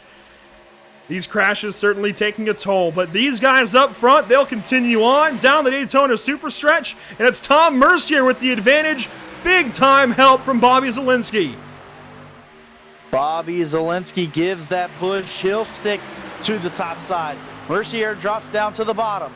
Here comes Klein, who will close up back to his bumper in second. Klein gets turned. Sheldon Lockie continues on. One car spinning. Is there a yellow? White flag is out for Bobby Zielinski, presented by Tucson Sound Art. We stay green. Bobby Zielinski out front, but here comes that 74 car of John Berry off the top side. He'll drop down to the middle lane. Miles in the wall. That checks up Williams. Now Berry protecting the inside. Mercier with a move. He goes low. Berry tries to block. Now Zielinski's going to look high. Berry's going to get himself turned, and that's the field. Josh Robin is going to lead out of all of it, but we've still got a race. Cody Miller's there. Elijah Gracia's there. Recall what I told you about Elijah.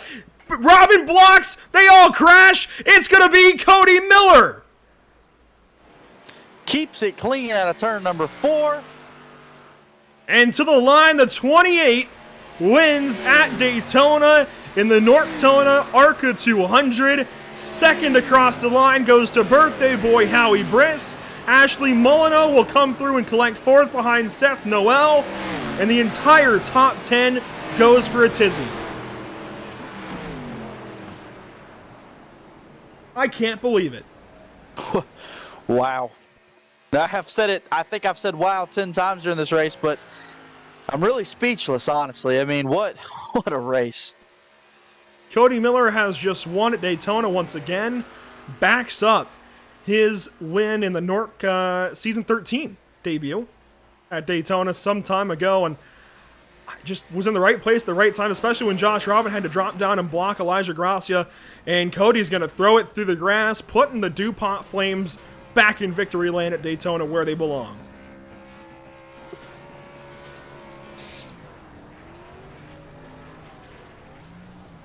So celebration time in the Daytona grass. Thankfully, he doesn't have to pay for it. He's going to tear it all up.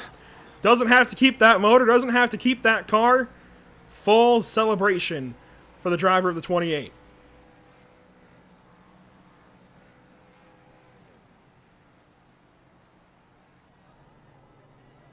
And I think a really, really good win. We'll let him keep celebrating. We don't want to miss that, but we do want to go back at some point and look at that finish. I'm astonished, honestly, that he gets through all of that and comes through with a victory. You can see Sean Williams and TCB, longtime friends and teammates, celebrating here with Cody. Good win there for the 28 car. No doubt, Cody Miller just right place, right time. You can see right there what an awesome scene that is.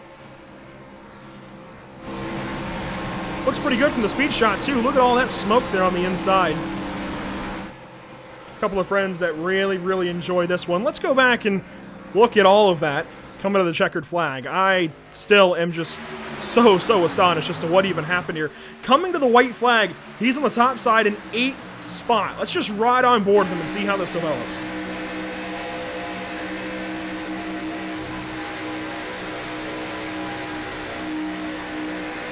So he's following Josh Robin there, and the crash is going to be really John Barry. Just moves up and really just puts himself in a bad spot.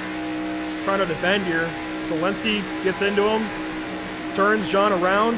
Cody's just right place, right time there, and then really his only other competition out front goes down and blocks Elijah Gracia, something that Josh had to do, but you also put yourself in that position to get turned like that, and that's the view from behind Cody Miller as they all wad him up, and it's clear, smooth sailing to a checkered flag. I mean, he just kept his nose clean through each one of those, and the checkers or wreckers sticks to be true. I mean, he just kept driving until his windshield was clear and drove it all the way to the start-finish line. So Will Klein got spun there on the inside. Connor Anton helped him around. Zelensky then goes up and defends the middle, trying to keep that lead from Gracia. That's where Barry comes on through for the moment, gets the race lead, drops down in front of Bobby. And we got to go back over this defense from John Barry. That's really what sparks all of this.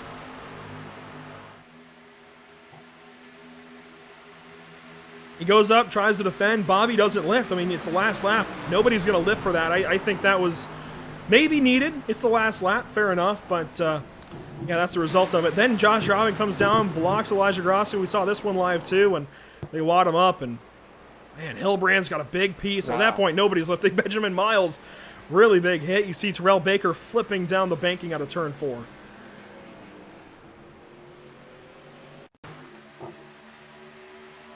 Just wow. I think that's the word of the race. I mean, I don't know how you would explain that. I mean, I wish I had the words for it, but speechless to see that kind of finish here at Daytona. We've seen crazier things before, but this ranks up there with them. A driver who came to the white flag 8th wins the race, and this is a look at things from the groundhog cam. My goodness. Huge crashes that last lap. That said, Caleb, this is our opportunity to step aside, find a way to breathe after all of that, decompress, and we've got post-race interviews here on just the far side of a quick post-race break. Do not go anywhere, NORC iRacing Series fans. The interviews with your top 3 from Daytona, Cody Miller, Howie Briss, and hopefully Seth Noel, they are on the way on Pit Stop TV.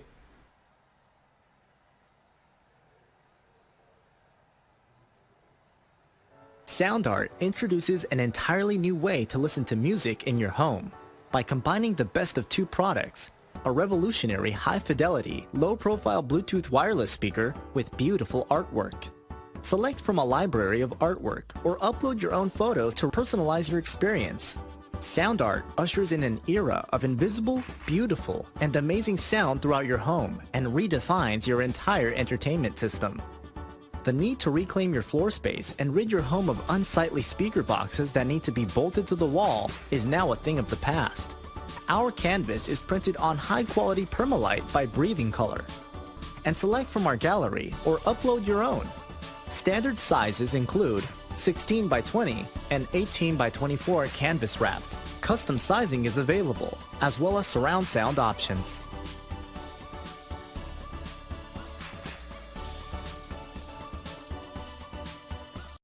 After months of quarantine, we're all interested in how we can become our best self. The team at Permanent Makeup and Cryo is here to help you get the flawless makeup look every day without the extra effort or time. When it comes to your appearance, you deserve the best care that money can buy.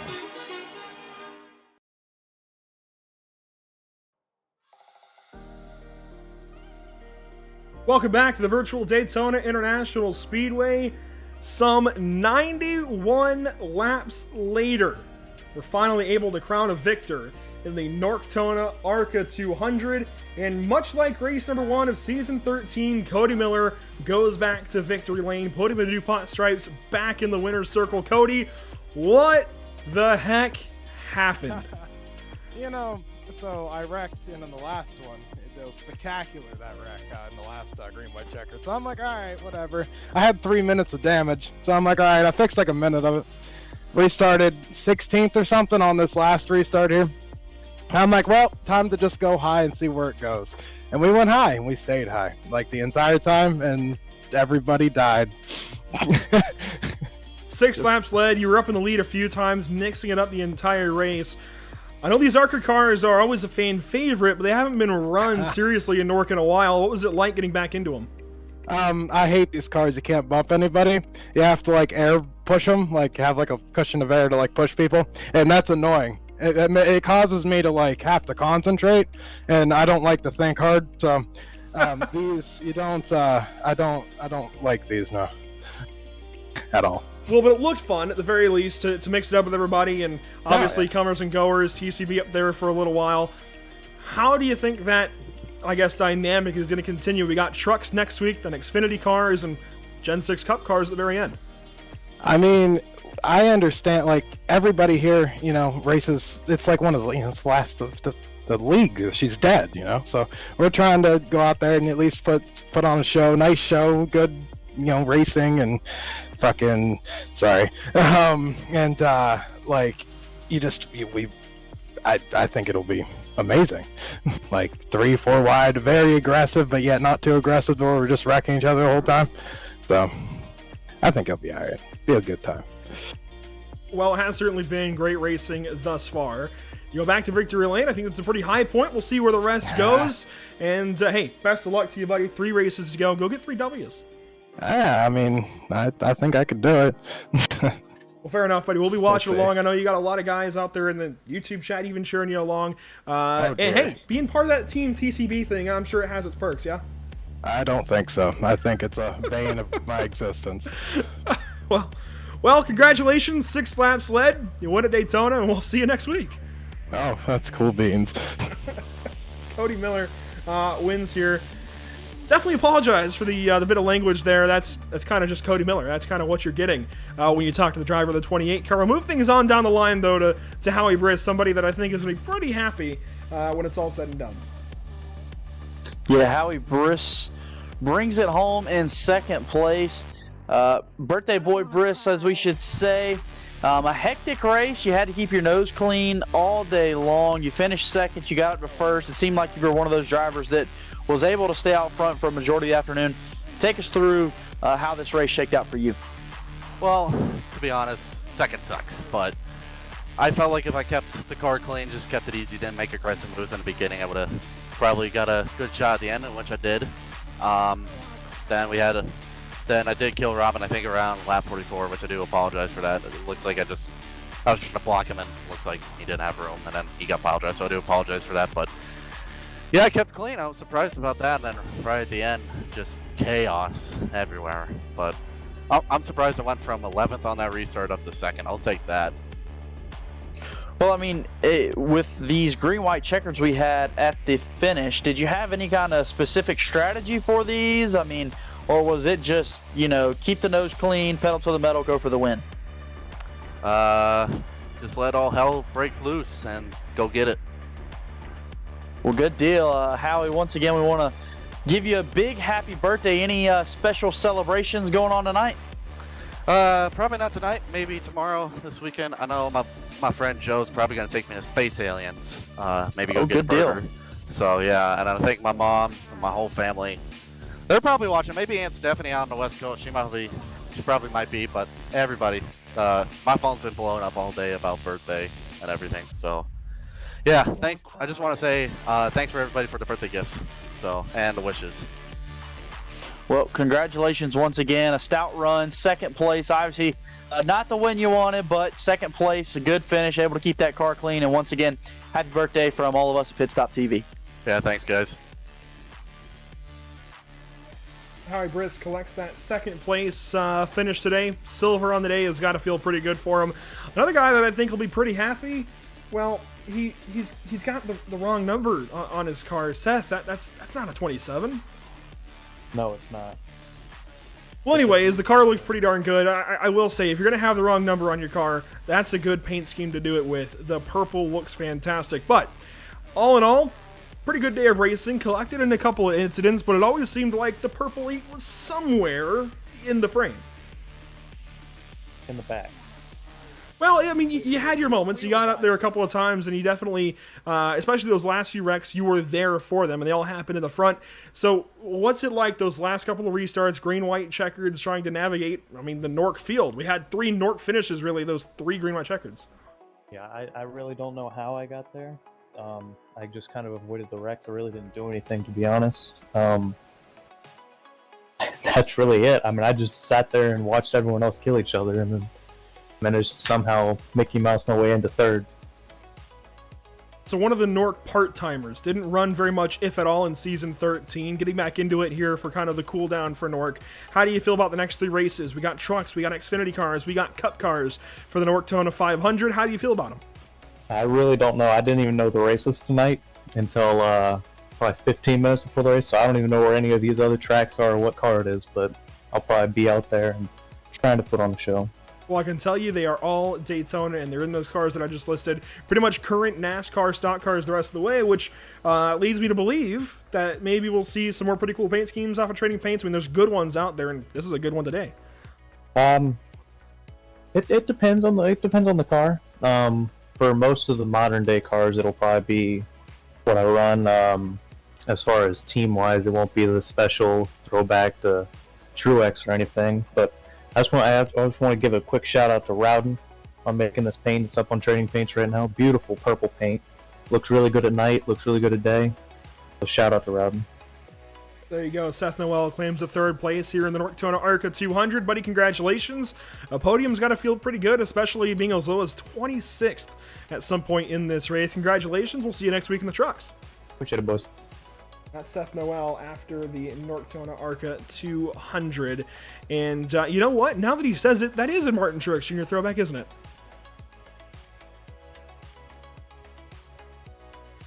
Caleb?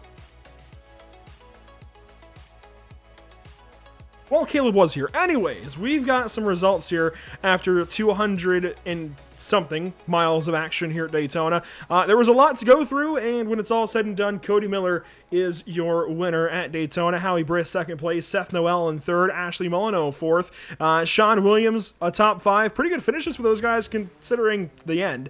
Aaron Smith, 6th. John Barry, 7th. Josh Robin in the 8th spot, matching his car number. Elijah Gracia takes 9th. Connor Anton matches his car number and grabs a top 10.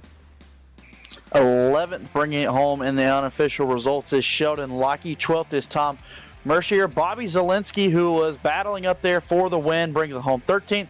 Got Schuer there in 14th. Benjamin Miles, 15th. 16th is the 92 of Tony Hilbrand. 17th, last week's winner, the 48 of Will Klein. 18th to 12 of Spencer Owens. 19th to 2 of Hayes Booth. And 20th, the 53 of Michael Keithley. If you roll back to 21st, it's Terrell Baker, 4 laps down. When is his luck going to turn around? He has been so good in these NORC Super Speedway races, just is never able to be there at the end when he honestly should be. Just always gets taken out in some kind of something. Jimmy Gregory, 26th, kind of same story there. He was really good today, always in the top 10. Ends up right in front of Nick Northrup, who, again, very similar story. Even Bobby Chaney, those guys taken out right there in those last few laps, those last few crashes. Really good days, just nothing to show for it. Daniel Falkingham, 25th. Anthony Emery, 26th. And Jared Darling wraps it all up, 52 laps down, 27th after his contact with the outside wall. Caleb, we've had a couple of tastes now of the NORC iRacing series for you. You had an opportunity to get kind of acclimated to these guys. How do you feel about it all? 2 great races. I mean, 2 completely different style of races and style of cars, but nonetheless, it seems like with these races and them not being points races and just a last send-off for NORC, they're just sending it from the moment the green flag starts. So I think it's perfect for the fans watching. I mean, if you want an entertaining race from the beginning to the end, I think these NORC races at Daytona, whether it be what we've got coming up with Truck and Xfinity and then Cup, I think they're going to be all entertaining. Entertaining in the least. Absolutely. They will be more than entertaining. I should say at the very least. That's what I was looking for there. Regardless, we've got some upcoming broadcasts here at Pit Stop TV. The fun never stops. And continuing on this week, Thursday afternoon here in the States, evening over across the pond in the UK, we've got BSRTC action from Circuit to Spa. That is at 8 p.m. UK time. That's 3 p.m. Here on the Eastern Seaboard, 12 noon if you're out west in California, Oregon, Washington, that area of the country. Sunday morning. That's weird to say. Sunday morning, we've got the North American Racing League Streamer Championship at 11 a.m. Eastern. Road racers beware. This will be a fun one to watch. We've got Dave, Cam, Dan Suzuki, Matt Malone, Balkan, Samsoid, 46 Love, and Love 46, I believe, and Daniel Morad streaming that one for them their own perspectives, but they are the streamers that make it the Streamer Championship. They're each electing a team to take to Road America in GT3 machinery and do battle. It's going to be one of the best races that we have on the channel the entire year, and I believe that. I stand by it. Road America is always a fun one, especially with GT3 cars. You should definitely tune in. Again, 11 a.m. Eastern, that's 8 a.m. on the East Coast, and you can extrapolate from there for your time zone. It's going to be a lot of fun. And then we finish up on Sunday with a weird Sunday double that we don't usually have, 8:45 Eastern with the Scar Grid Sports Car Championship. That is GT1 cars at Montreal. Remember Montreal used to be on the NASCAR schedule, should be on the Formula One schedule if Formula One's able to get back into Canada this year. Fantastic little racetrack. I know Emerson, part of our broadcast crew, I know he loves the place with good reason. Circuit Jules Villeneuve is going to be a lot of fun on Sunday evening. You'll want to make sure to be there for that one as well. And Caleb, there's a lot of places to keep up with Pit Stop TV. I know Emerson's been working on them for the last couple of hours, and we've got a lot of things coming the rest of the week and into next week and beyond. And these are those links. Yeah, no doubt. If you want to keep up with everything going on around the Pit Stop TV world, you can follow us at facebook.com Pit Stop TV. That's Pit Stop TV. And then you can go to Twitter at Pit Stop TV _ to keep up with us there, or Instagram Pit _ Stop _ TV. And on YouTube at Pit Stop TV 1. The best in the game at all the socials, Emerson, Pit Stop TV. Keep up with all the racing action Thursday and then a doubleheader on Sunday. It's going to be very interesting. Yeah, doubleheader today. We get to do the same thing on Sunday. Hopefully there's a little bit less talking in it for me because I'm going to be honest, my throat hurts pretty bad right now. Haven't done a double like this in a while, I think, since the VRP and Pacific Challenge days. It's been a little bit, but pretty fun nonetheless. Really glad to be back on the call with NORC Action. I have to say, all of you diehard NORC fans that have stuck around as we've transitioned into Pit Stop TV covering this series, thank you so much for being here. Seriously, from the bottom of my heart, from somebody who's competed in this league for a long time, now gets to take it to the next level, ideally at least with production value and these broadcasts. Thank you so much for being here. Thank you for watching these broadcasts. It really, really does mean a lot, and to be able to do so when you've got a month of racing like this is just so special, and it makes these doubles worth it. Haven't done it in a while, but it makes talking all day quite worth it. We've got, as I mentioned, a lot of great races to tune into the rest of the week, the rest of the month, and it continues on with the NORC iRacing series. We've got Daytona again next week, and the week after that, and the week after that. Daytona all month into February, and you can catch all the action here on Pit Stop TV. That all said, without much further ado, I think we'll bid you all farewell. Once again, thank you so much, everyone, for tuning in. Some pretty good numbers in the viewer category this evening, and you guys certainly, are the driving force behind Pit Stop TV. You guys are why we keep doing this, and keep doing it so often, sometimes twice a day. For all of Pit Stop TV, in this case this evening, Caleb Gladney alongside Emerson Arden on social media duties. We've got a lot more in the works the rest of the month. You'll want to make sure again to keep up with it and maybe even join the crew. Email me directly at andrew@pitstoptv.com to get involved. Until next time though, have a great night. We will see you there.